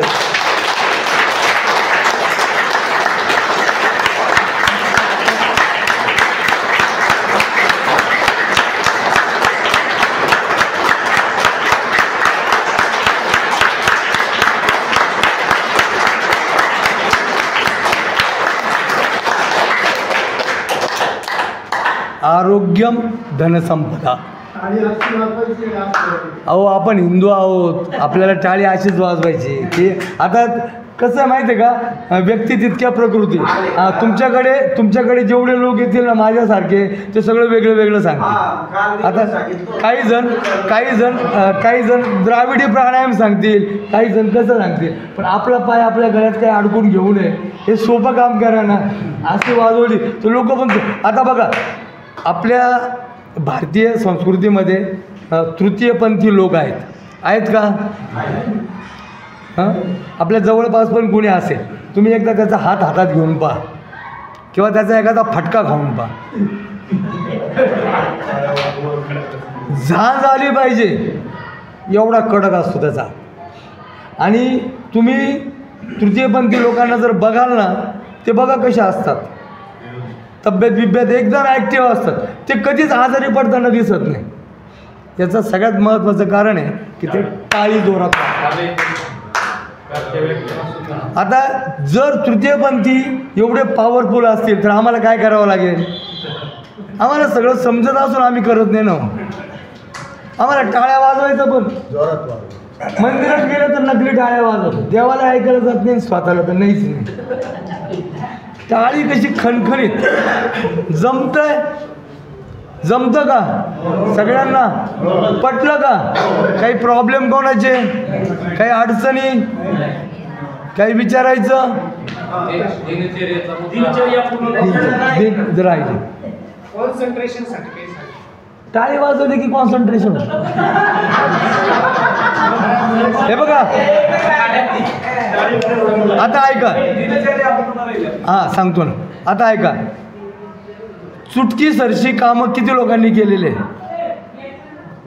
आपण म्हणतो ना वाक्प्रचार, चुटकी सरशी काम केलं म्हणजे काय त्याचा अर्थ? इथे आहे ना मेंदू आहे आपला. इथे काय आहे? मेंदू. म्हणजे जे काम आपण इझी करतो ना, ज्या वेळेस तुम्हाला स्ट्रेस तणाव असेल त्यावेळेस तुम्हाला फक्त चुटक्या वाजवायच्या. तणावमुक्त 2 मिनटं शांत बसा, चुटक्या वाजवायला सुरुवात करा. तुमचं उत्तर तुमच्या सोबत असलं पाहिजे, लगेच उत्तर सापड. आणि आता मी दिनचर्या सांगून देतो नाही. एक मिनिट बोला ना. डॉक्टर सांगतात का काही खाल्ल्याशिवाय सकाळी हां बीपीची गोळी घेऊ. बरोबर आहे ना. तुम्ही म्हणता 12 वाजेपर्यंत काही खा. मग आता बरोबर आहे ना. अहो तुम्ही जो प्रश्न विचारला ना, तुमच्या दृष्टीनं तो प्रश्न बरोबर आहे. तुम्हाला बीपीची गोळी आहे नाही आहे ना, मग तुम्हाला काय त्याची शिकेल मी तुम्हाला काय म्हटलं? तुम्हाला काय सांगितलं मी? पहिला प्रश्न काय होता माझा? काय करा? कोणाला सांभाळायचं? अहो ऐका ना, कोणाला सांभाळायचं? स्वतःला. आपल्याला या रिकामटेकड्या भानगडी एवढे आहे ना, याच्यातच आपलं आयुष्य चाललं. तुम्ही आपल्या पायरीपर्यंत येतच नाही, दुसऱ्याच्याच पायऱ्या पाहत आहे. अहो त्या बदला ना आता तरी सोडा. आणून द्यावं लागतं. नाही, त्यांना घेऊन या. हे बघा ऐका, मी पण आहे ना दुकान टाकून बसलेलो आहे, बरोबर. तुम्हाला ज्यांना बरं करायचं ना त्यांना घेऊन या ना. मी आहे ना, पैसे घेऊन रिपेअर करा ना. फुकट पैसे घेऊन करा ना. काय होतं जगामधलं आहे ना, सगळ्यात महत्त्वाचं तत्त्व आहे की तुम्ही ध्यानात राहा, इथेच बसा, इकडे तिकडे भटकू नका. आता यांच्या डोक्यात आलीच ती कल्पना, अजून कोणीतरी आहे त्यांच्या जवळचं, त्याच्या बीपीच्या गोळ्या नेऊन द्याव्या लागतात, त्याच्याकडे लक्ष द्यावं लागतं. हे सगळं आहे ना, हे बघा तो जो फंडा आहे ना, तो फंडाच असा तयार गेलेला आहे, हा घाबरवण्याचा फंडा आहे. तुम्हाला आधीच सरांनी एक चांगली प्रस्तावना मांडली. माझ्या लेक्चरला एवढी चांगली प्रस्तावना दुसरी असू शकत नाही. त्यांनी ज्या दवाखान्याचं नाव घेतलेलं आहे ना, जे निसर्गोपचार केंद्र टाकलेले ते माझे मित्र आहेत. नाशिकला मी त्यांना म्हणजे त्यांनी त्यांचं लेक्चर ऐकलं असेल, मी त्यांच्याशी डायरेक्ट बोललेलो आहे. त्यांनी मला असं सांगितलं होतं की नाशिकला तुम्ही आमचं युनिट चालू करा. हे 15 वर्षाच्या अगोदर त्यांचे स्वतःचे प्रॉडक्ट आहेत, ते प्रॉडक्ट त्यांनी माझ्या इथे विकायला ठेवले होते. त्याचा MRIचा SRIचा मी विकायला ठेवले. माझ्याशी त्यांचे पर्सनल संबंध आहेत. पण माझं तत्त्व असं आहे का तुमचा हार्ट अटॅक मी जर टाळ्या वाजवून घालवू शकतो आहे, मी जर तुम्हाला या तऱ्हेनं मोकळं करू शकतो आहे, तर मला अजून काही फंडे द्यायची गरज नाही. फक्त तुम्हाला काय करावं लागेल, ध्यान. आपल्या हिंदू संस्कृतीमध्ये ध्यानाचं खूप महत्त्व आहे. आपली मुलं आता ह्या कॉलेजमध्ये जे प्राध्यापक आहेत ना, यांना खूप मोठे पगार आहेत. हे शिकवायला येतात ना, तेव्हा विद्यार्थी ध्यानात नसतात. ही यांची त्यांना ड्युटी दिलेली असते, एक पिरियड आहे. आता माझा पिरियड किती मिनटाचा झाला हे सोडून द्या, त्यांचा पिरियड संपला की हे बाहेर जाणार. हां, येता येणार नाही, बरोबर आहे ना. पण पिरियडचा अर्थ काय होतो, ते ज्ञान कन्वर्ट झालं आहे. आता 70-80 विद्यार्थी असतील, 70-80 विद्यार्थ्यापैकी 2 घेतलं, 4 घेतलं, 10 घेतलं, 25 घेतलं. मुलं क्लासला जातात, अवांतर सगळं वाचतात, हे सगळं ते करत असतात. पण ह्या मुलांना जर ध्यानात आणलं ना, 1-2 मिनटं टाळ्या वाजवून घेतल्या, त्यांना एक वेगळी स्टोरी सांगितली आणि ते जर ध्यानात आले ना, तर तुमचं लेक्चर ते आयुष्यभर विसरणार नाहीत. आणि आज आपल्याला गरज कशाची आहे, तर याची गरज आहे. जेव्हा तुम्ही डाटा द्याल ना, तो डाटा त्याच्याकडे संपूर्ण पोहोचला पाहिजे, तो गेला पाहिजे. ह्या टेक्निक्स आहेत ना, ह्या शिकल्याच पाहिजेत, ह्या घेतल्याच पाहिजेत. आम्ही आमच्या जवळच्या लोकांपर्यंत त्या नेल्याच पाहिजेत. सकाळी लवकर उठा, सकाळी पोट साफ करा. तुमच्या सगळ्यांची वय आता अशी झालेली आहे की ज्यात सकाळी तुमच्या शरीराची जी झीज होते ना, तेवढीच फक्त भरून निघाली पाहिजे. जे लोक तरुण आहेत, आपली मुलं आहेत, नातू आहेत, यांनी सकाळी नाश्ता करावा. नाश्ता करावा म्हणजे सुदृढ काहीतरी खावं. त्यांनी पिझ्झा, बर्गर, मॅगी नाही खाऊ. आता पिझ्झा आणि बर्गर आणि मॅगीचा काय लोचा आहे माहिती आहे का? सकाळी उठलं ना, तेव्हापासून TV वरती सगळ्या चॅनलवरती त्याच्या जाहिराती आहेत.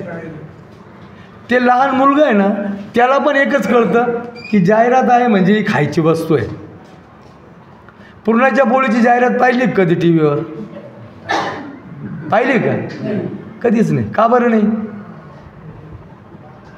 का बरं नाही? जगाच्या पाठीवरती सगळ्यात सुदृढ जेवण काय माहिती आहे का? पुरणाची पोळी. आणि पुरणाच्या पोळीवरती चांगलं तूप टाकलं तर तिच्या इतका स्वर्गीय आनंद नाही. मग तो डायबिटीज असो नाही तर फेवटीज असो, मस्तपैकी गोळा करावी, खावी. पुरणाची पोळी किती दिवस खावी? माझ्या घरी जेव्हा सणावाराला पुरण केलं जातं ना, माझ्यासाठी 8 दिवस पुरण काढून ठेवलं जातं.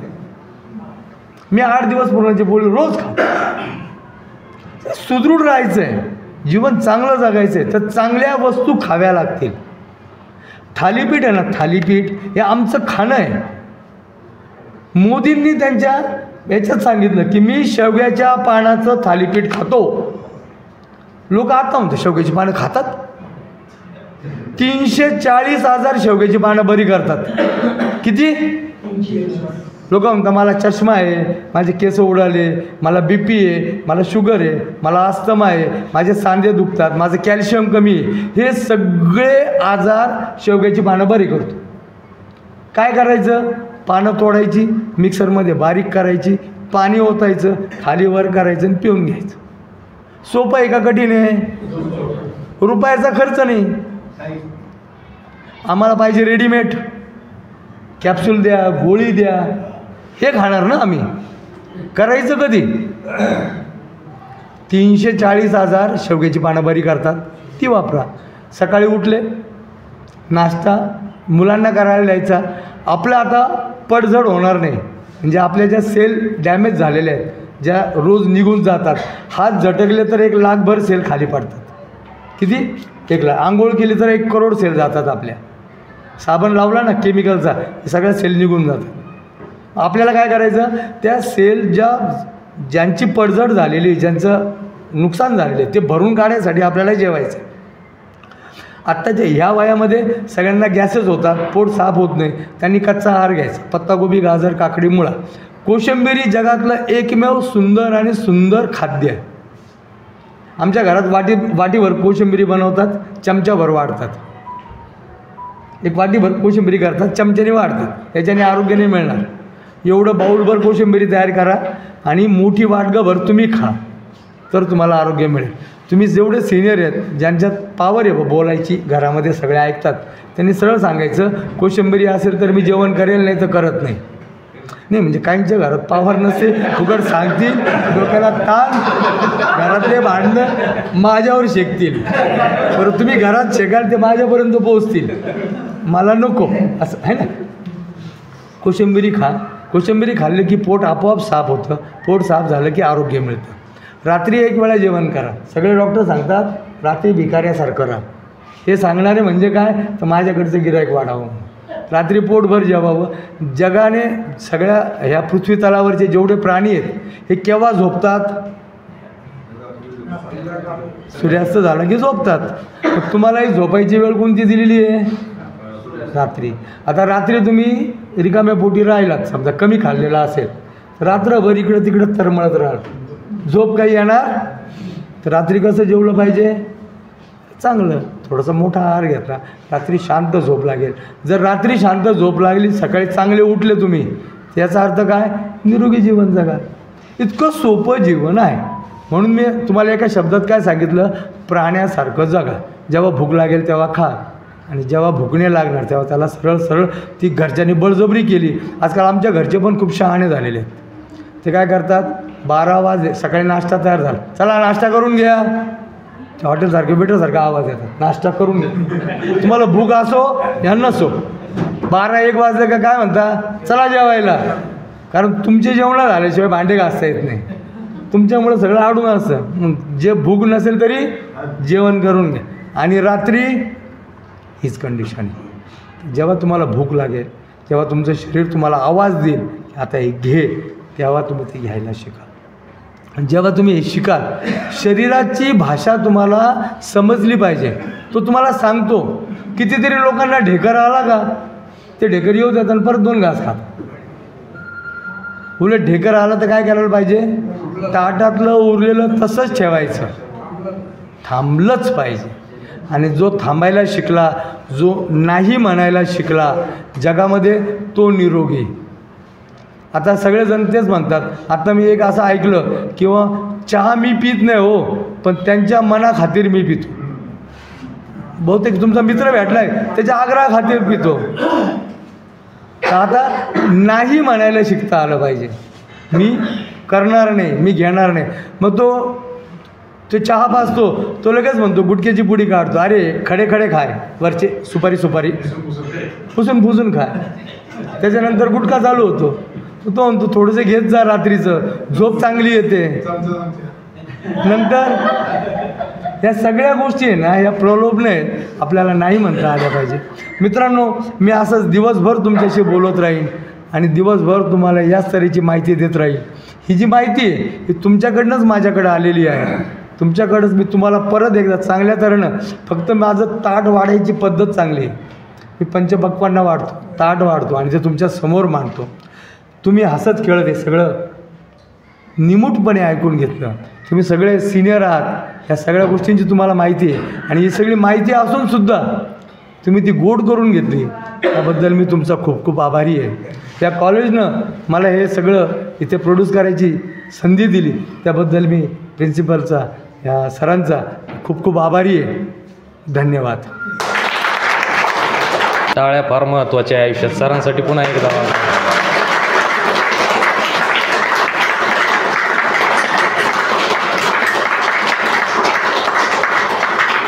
क्या बात आहे, धन्यवाद. असंच महत्त्व आमच्या मुलांना एकदा टाळ्यांचं कळलं पाहिजे. हां, आम्हाला बऱ्याचदा त्यांना कार्यक्रमामध्ये सांगावं लागतं वाजवा म्हणून. सुखी आणि निरोगी आयुष्यासाठी, दीर्घ आयुष्यासाठी निसर्गोपचाराच्या ज्या काही पद्धती आहेत, भारतीय प्राचीन ज्ञान परंपरेमधल्या ज्या काही पद्धती आहेत, त्या सगळ्या पद्धती, काही गोष्टी आदरणीय सरांनी फार उत्तम पद्धतीनं आपल्यासमोर या ठिकाणी मांडलेल्या आहेत. त्याविषयी मी काहीच बोलणार नाही, कारण सरांचं विवेचनच इतकं महत्त्वपूर्ण होतं, तर त्याविषयी आपण काही बोलणं हे तोकडं ठरणार आहे. त्यामुळं मी सरांच्या प्रती महाविद्यालयाच्या वतीनं, या बहिशाल शिक्षण मंडळाच्या वतीनं, संयोजकांच्या वतीनं खूप खूप कृतज्ञता व्यक्त करतो, धन्यवाद व्यक्त करतो. सर वेळात वेळ काढून या ठिकाणी आले आणि आपण सगळ्यांना मार्गदर्शन केलं. त्यांच्या प्रती पुनश्च एकदा धन्यवाद व्यक्त करून अध्यक्षीय समारोप करण्याची विनंती हरिभक्त परायण मीराताई जमधडेताई यांना करतो.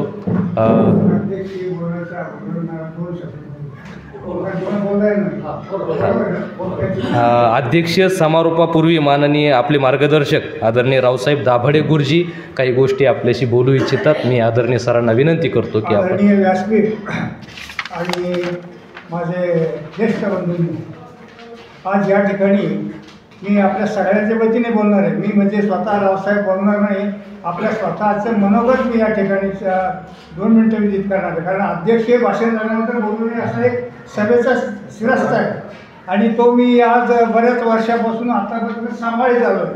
मित्रांनो, अध्यक्षांनी कालच एक सूचना केली होती आपल्याला, की मला त्याची आठवण आहे, जाणीव आहे, अंतःकरणामध्ये सुद्धा आहे, की प्रत्येकाने आपल्या स्त्रीला या ठिकाणी आणावं अशी एक त्यांची धारणा होती. तर या ठिकाणी पुन्हा मी एक माझ्या मनामध्ये खंत असलेली त्या अध्यक्ष असल्यामुळे त्यांच्यासमोर पुन्हा आपल्याला विनंती करतो की या ठिकाणी जोडपं म्हणून कोण आलेलं आहे त्याने वर हात करा, सत्कार या ठिकाणी करण्यात येईल. नाही माझ्या कोण आहे, कोण अध्यक्ष मुलगी आहे ना मंडळी, त्यांनी काय सांगितलं, जे ज्येष्ठ नागरिक आहे, ज्येष्ठ नागरिकांनी स्वतः तर याच, परंतु तुमच्या पत्नीला या ठिकाणी त्यांच्या सांगण्याचा हेतू त्याच्यानंतर मी त्याचं विश्लेषण करतो. या ठिकाणी कोणी येऊ शकलं नाही, पण माझ्या निर्देशानुसार या कॉलेजचे एक जे आमचे संयोजक हे जे 3 वर्षाचं सत्र ज्येष्ठांचं सुरू केलं आहे, मला वाटतं काय त्यांचं नाव धनगर सर, माझ्या अर्धवट का आता ते ऐकण्यामध्ये असेल, पण त्याच्या मंडळीसुद्धा या कॉलेजला आहे वाटतं, आहे ना, त्या इथे आहे का,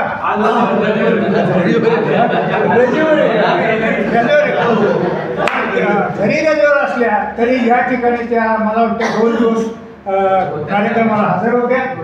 बरं का सर, म्हणजे संतांचे बोल हे लक्षात ठेवायचे असतात, अनुभवायचे असतात, त्याचे तळतळ ठेवायचे असते, प्रयत्न घडवू न घडवू मत करायचं असते. आजचे व्याख्याते जे दुसऱ्यांचं यांच्या व्याख्यानाला प्रतिसाद देऊन मी आज या 90व्या वर्षी चहा पिण्याचं सोडून देतो. या ठिकाणी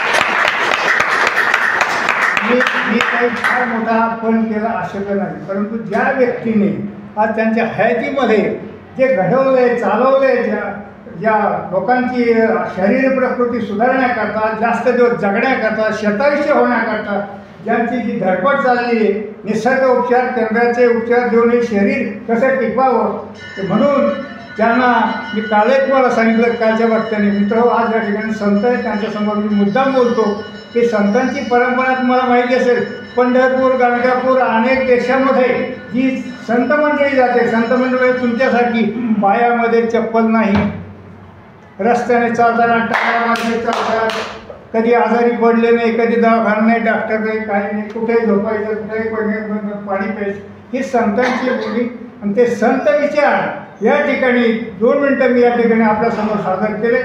एक माझा स्वतःचा एक वसा मी घेऊन टाकला की मी आता मरेपर्यंत कधी मरेल ते सांगता येत नाही, परंतु 27 व्हा आणि चहासुद्धा तुम्ही सोडा ही विनंती करेल, पण मी स्वतः मात्र सोडला असा या ठिकाणी जाहीर करतो. आणि या कॉलेजने खरोखर आज या येवले तालुक्यामध्ये हे महाविद्यालय पहिले, आता नंतर कॉलेजेस झाले, परंतु सुरुवातीपासून म्हणजे याचे संस्थापक जे भाऊसाहेब हिरे गाडगेबाबा महाराज ज्यांच्या नावाने आपले व्याख्यान सुरू केले त्यांच्याबद्दल माझ्या अंतःकरणामध्ये खूप मोठी इच्छा आहे, बोलण्याची इच्छा आहे, पण वेळ बराच झालेला आहे. मी लाईटने सुद्धा सांगितलं की लाईट गेले ते आता तुमचं बंद करा. तर मी सगळं माझं भाषण बंद करतो आणि या कॉलेजचे सगळ्या अगदी खालच्या सेवकापासून तर प्राचार्यापर्यंत सगळ्यांचे आभार मानतो, त्यांना दंडवत घालतो आणि पुन्हा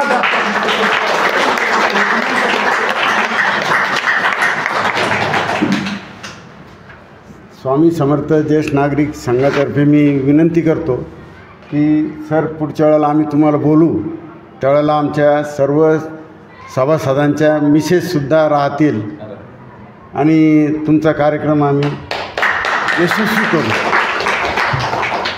त्यात आता एक शंका म्हणजे तुम्ही जीवनक्रम सांगितला, सकाळी पाणी पिण्यापूर्वी जाणं योग्य का पाणी पिल्यानंतर जाणं योग्य? लॅट्रिनला गरम पाणी पितात सकाळी. तुम्हाला ऑर्डर कशी आलेली आहे त्याच्यावर? नाही ऑर्डर येत नाही. येईल ना. तुम्ही जर हा दिनक्रम अवलंबला ना तर तुम्हाला ॲटोमॅटिक ऑर्डर येते. सकाळी उठल्या जावं. तीच ऑर्डर येईल. मी वाट पाहतो, मी योगाही करतो, म्हणजे सर्व व्यवस्थित बटन दाबायला सुरुवात करा. हां पुश करा ते आणि हे बटन बंद करा. ते हे बघा मी सांगितलं की मी काही बंद करायला सांगत नाही, पण बाबांनी जेव्हा आजारी पडायचं आहे का?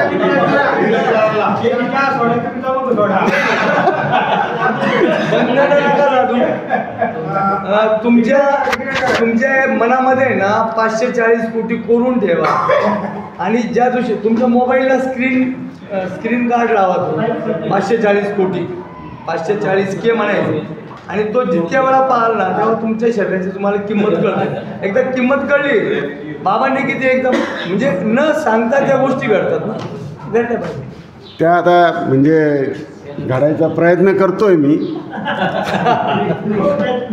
आणि चहा सोडण्याचाही मी म्हणजे निश्चय करतोच आहे. नाही चोरायचं नाही ना, कशाला? आपण थोडीच कृष्ण आहे चोरायचं. हां जे करायचं ते योग्य करायचं. फक्त मी म्हणजे जे पाळतोय ना, सरांनी सांगितलं माझा दोष यांनी पण तो मी घरात कधीच म्हणजे खात नाही. बाहेर असलो तरच एखादं म्हणजे हे घेतले तर आहे. आणि सकाळी जर म्हणजे घरी जर तंबाखू खायची असती तर मी कुठेतरी गपचूप कुठेतरी लांब राहतो. लहान मुलांच्या मिसेसच्या समोर कोणाच्याच समोर म्हणजे खात नाही एवढं मी म्हणजे. आणि फक्त एखाद्या म्हणजे दिवसातून 2-3 वेळेला खातो, ते कमी करण्याचा मी प्रयत्न करतो. एवढं मी माझं सांगतो. धन्यवाद. यानंतर हरिभक्त परायण मीराताई जमधडे या ठिकाणी अध्यक्ष समारोप.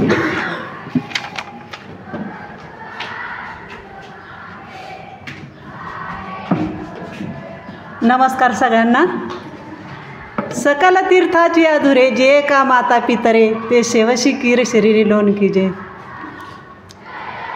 तुम्ही सगळे माझ्यापेक्षा वडील आहेत, ज्येष्ठ आहेत. तुमच्या पुढं मी काय बोलावं, पण तरी तुम्ही सगळ्यांनी मला बोलण्याची संधी दिली आणि त्या संधीचं सोनं व्हावं असं मला वाटतं. आणि खरंच मी काल तुमच्या सगळ्यांपुढं एक प्रश्न टाकला होता की तुम्ही सगळेजणं या कार्यक्रमांना येतात. खूप छान कार्यक्रम असतात. मी आता बऱ्याच दिवसाची ज्येष्ठ नागरिक संघामध्ये येत असते, तर खूप छान कार्यक्रम असतात हे. आणि नवरा बायको हे रथाचे जसे 2 चाकं असतात ना त्याप्रमाणे असतात. तर आपणच आपलं आरोग्य व्यवस्थित राहावं याच्यासाठी आपल्या स्त्रीला आपण बरोबर घेतलं पाहिजे. ती सहभागिनी असते आपलीवाली. प्रत्येक ठिकाणी ती आपल्याबरोबर असते, सुखात दुःखात प्रत्येक ठिकाणी आपल्याबरोबर असते. तर तिचंसुद्धा आयुष्य चांगलं गेलं पाहिजे, तिचंसुद्धा आरोग्य चांगलं राहिलं पाहिजे. त्यासाठी आपण तिलाही आपल्याबरोबर आणलं पाहिजे. तुम्ही रिटायर झालात, पण तुमची स्त्री मात्र रिटायर झाली का? नाही, ती शेवटपर्यंत ती रिटायर होत नाही. ती केव्हा रिटायर होती? जेव्हा तिला 4 ताटीचे लाकडं येतात त्यावेळेस ती फक्त रिटायर होती. तोपर्यंत ती रिटायर होत नाही, तोपर्यंत तिला सून मूल नातू परतुंड सगळे सांभाळावं लागतं आणि घरातच तिला वावरत राहावं लागतं.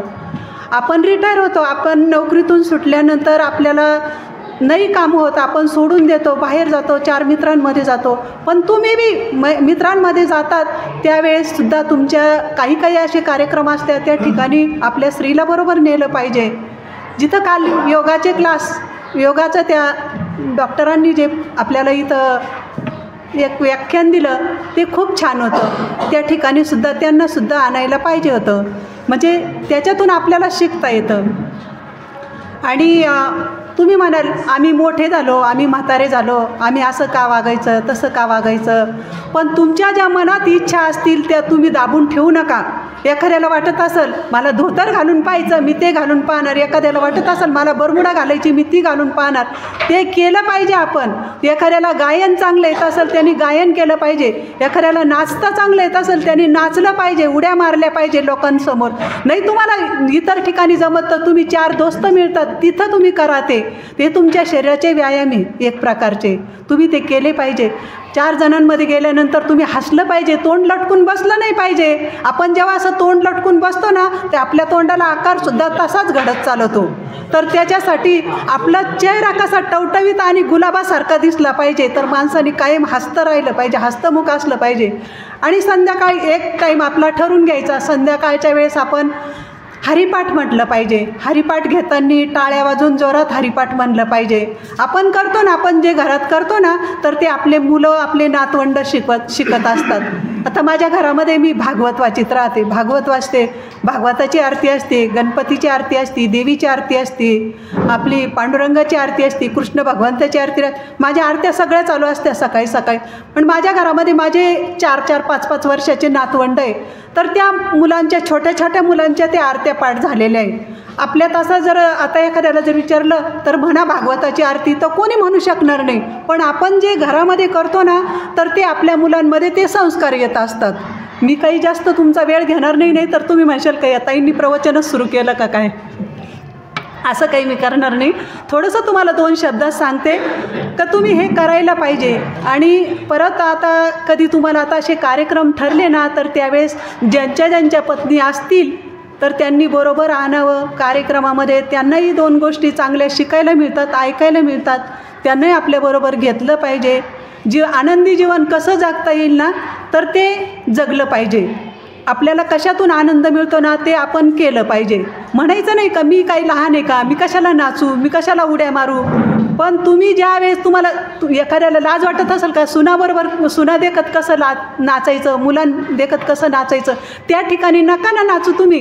पण तुम्ही एकांतात आहे, तुम्ही एकटे, तर व्यायामसुद्धा त्याच्यातून घडतात तुमच्यावाले. नाचण्यातून, हसण्यातून, बोलण्यातून, तुम्ही टाळ्या वाजवता, हे अकुपंक्चर असं सगळं हे सरांनी सांगितलं. आणि काल त्या मॅडमनी सुद्धा सांगितलं आहे. या टाळ्या तुम्ही वाजा, त्याच्यावर तुम्ही हरिपाठ म्हणा. हरिपाठ घेत असाल तर पावली घ्या, पावली घेताना आपले भरपूर पायाचे याचे व्यायाम होतात. तर असं तुम्ही सगळं करा. आणि मी याच्यानंतर तुम्हाला जास्त वेळ न घेताना तुम्हाला एवढीच विनंती करीन का तुम्ही मला या सर्वांनी मिळून या कार्यक्रमाला बोलवलं, या अध्यक्षस्थान दिलं, हे माझ्यासाठी खूप मोठं आहे. आणि तुम्ही माझ्यापेक्षा खूप मोठे आहे. खरं तर मग तुमची जागा इथं बसायची, माझी जागा तिथं बसायची आहे. पण परमेश्वराची कृपा नाही का. असेच कार्यक्रम तुम्ही वरचेवर घेत जा. आणि असे कार्यक्रम इथं जरी नाही घेता आले तर आपल्या ज्येष्ठ नागरिक संघामध्ये असे कार्यक्रम ठेवत जा. तिथंही आपल्या मुलाबाळांना, छोटे असतील नातू असतील त्यांना बरोबर. पहिले लोक होते बरं का, मौत निघाली की लहान मुलगा असायचा ना त्याला बोटाला धरायचे आणि त्याला स्मशानात मौतीला घेऊन जायचे. आता कोणी नेत नाही तसं, पण पहिलं होतं तसं. का बरं त्याचं न्यायचं एक कारण असायचं का या मुलांना पुढं त्या स्मशानाची याची भीती नाही वाटली पाहिजे. ज्यावेळेस माणूस जन्माला येतो ना तर त्यावेळेसच त्याचं मरण निश्चित असतं. तर त्यांना पुढं याची भीती नाही वाटली पाहिजे म्हणून ते करायचे. आणि त्याच्यात अजून एक शास्त्रीय कारण होतं का 1000 मौती झाल्यानंतर एक काशी यात्रेचं पुण्य त्यांना लाभत होतं. म्हणून ते आपल्याबरोबर दोन लोक 4 लोक कोण येतील ना, चला अरे चल मौत चालली, चालतो का मौतीला. मग त्यावेळेस काय म्हणायचे का तिळाला आणि तांदळाला गेलं पाहिजे असे म्हणायचे त्यावेळेस. तर त्याचा उद्देश काय राहायचा का आपल्याबरोबर दुसऱ्यांनासुद्धा घेऊन जाणं आणि त्याच्यातून आपल्याला काहीतरी परमार्थाचं केल्याचं पुण्य लागतं आणि आपल्याबरोबर आपले मित्र जोडतात. तुम्ही जसे आता इथं 100च लोक आहे, मी तर म्हणते हे गावागावामध्ये हे ज्येष्ठ नागरिक संघ उघडावं आणि जे लोक असे इतर वेगवेगळ्या ठिकाणी बसलेले असतात ना, तर त्यांच्या अशा बैठकी व्हावं आणि त्यांच्यातून त्यांना असं काहीतरी अनुकरण घडावं की त्यांना त्यांचं पुढचं आयुष्य आनंदाचं आणि सुखसमाधानाचं जावं. तर आता गमे सरांनी आणि आपले ज्येष्ठ नागरिक संघाचे राजेंद्रदादा आहेर असतील, खराडे काका असतील, सुंदरदादा असतील, या सगळ्यांनी आणि इथले शाळेतले जे शिक्षक वृंद असतील त्यांनी सगळ्यांनी मला इथं पाचारण केलं, त्याबद्दल मी त्यांचे सगळ्यांचे आभार मानते आणि धन्यवाद.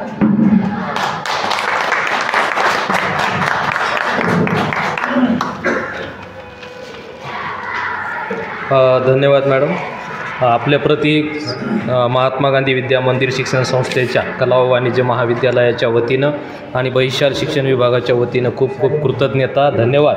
यानंतर या कार्यक्रमाचा औपचारिक भाग अर्थात आभार व्यक्त करण्याची विनंती आमचे शैक्षणिक पर्यवेक्षक तथा हिंदी विभाग प्रमुख डॉक्टर रवींद्र ठाकरे सर यांना विनंती करतो की त्यांनी आभार व्यक्त करावे.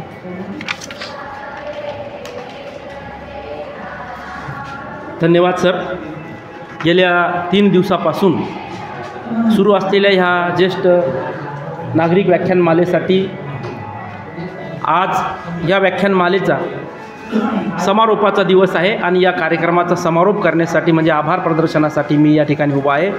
आजच्या या कार्यक्रमाचे प्रमुख वक्ते सुप्रसिद्ध निसर्गोपचार तज्ज्ञ आदरणीय डॉक्टर श्यामकुमार दुसाने सर यांनी आपल्याला अतिशय सोप्या सरळ भाषेमध्ये हसत खेळत तुझं आहे तुझ पाशी परी तू जागा चुकलाशी या गोष्टीची, या उक्तीची आठवण करून दिली. आपल्या किचनपासून तर आपल्या मैदानापर्यंत किंवा निसर्गामध्ये असे अनेक घटक आहेत ज्यांचा आपण उपयोग करून आपलं जीवन आपण आनंदी करू शकतो, सुखमय करू शकतो, दीर्घायुषी आपण होऊ शकतो. हा सोपा सरळ मंत्र आज आपल्याला त्यांनी दिला. त्याबद्दल मी महाविद्यालयीन परिवाराच्या वतीने त्यांच्याप्रती आणि ज्येष्ठ नागरिकांच्या आपल्या सगळ्यांकडून त्यांच्याप्रती हार्दिक कृतज्ञता व्यक्त करतो, त्यांचे आभार मानतो. त्याचबरोबर आजच्या कार्यक्रमाच्या अध्यक्षा हरिभक्तपरायण मीराताई जमदाडे या देखील या ठिकाणी उपस्थित राहिल्या. त्यांनी आपल्याला अतिशय मौलिक अशा सूचना केल्यात, मार्गदर्शन केलं, त्यांचंही मी महाविद्यालयीन परिवाराच्या वतीने हार्दिक आभार मानतो.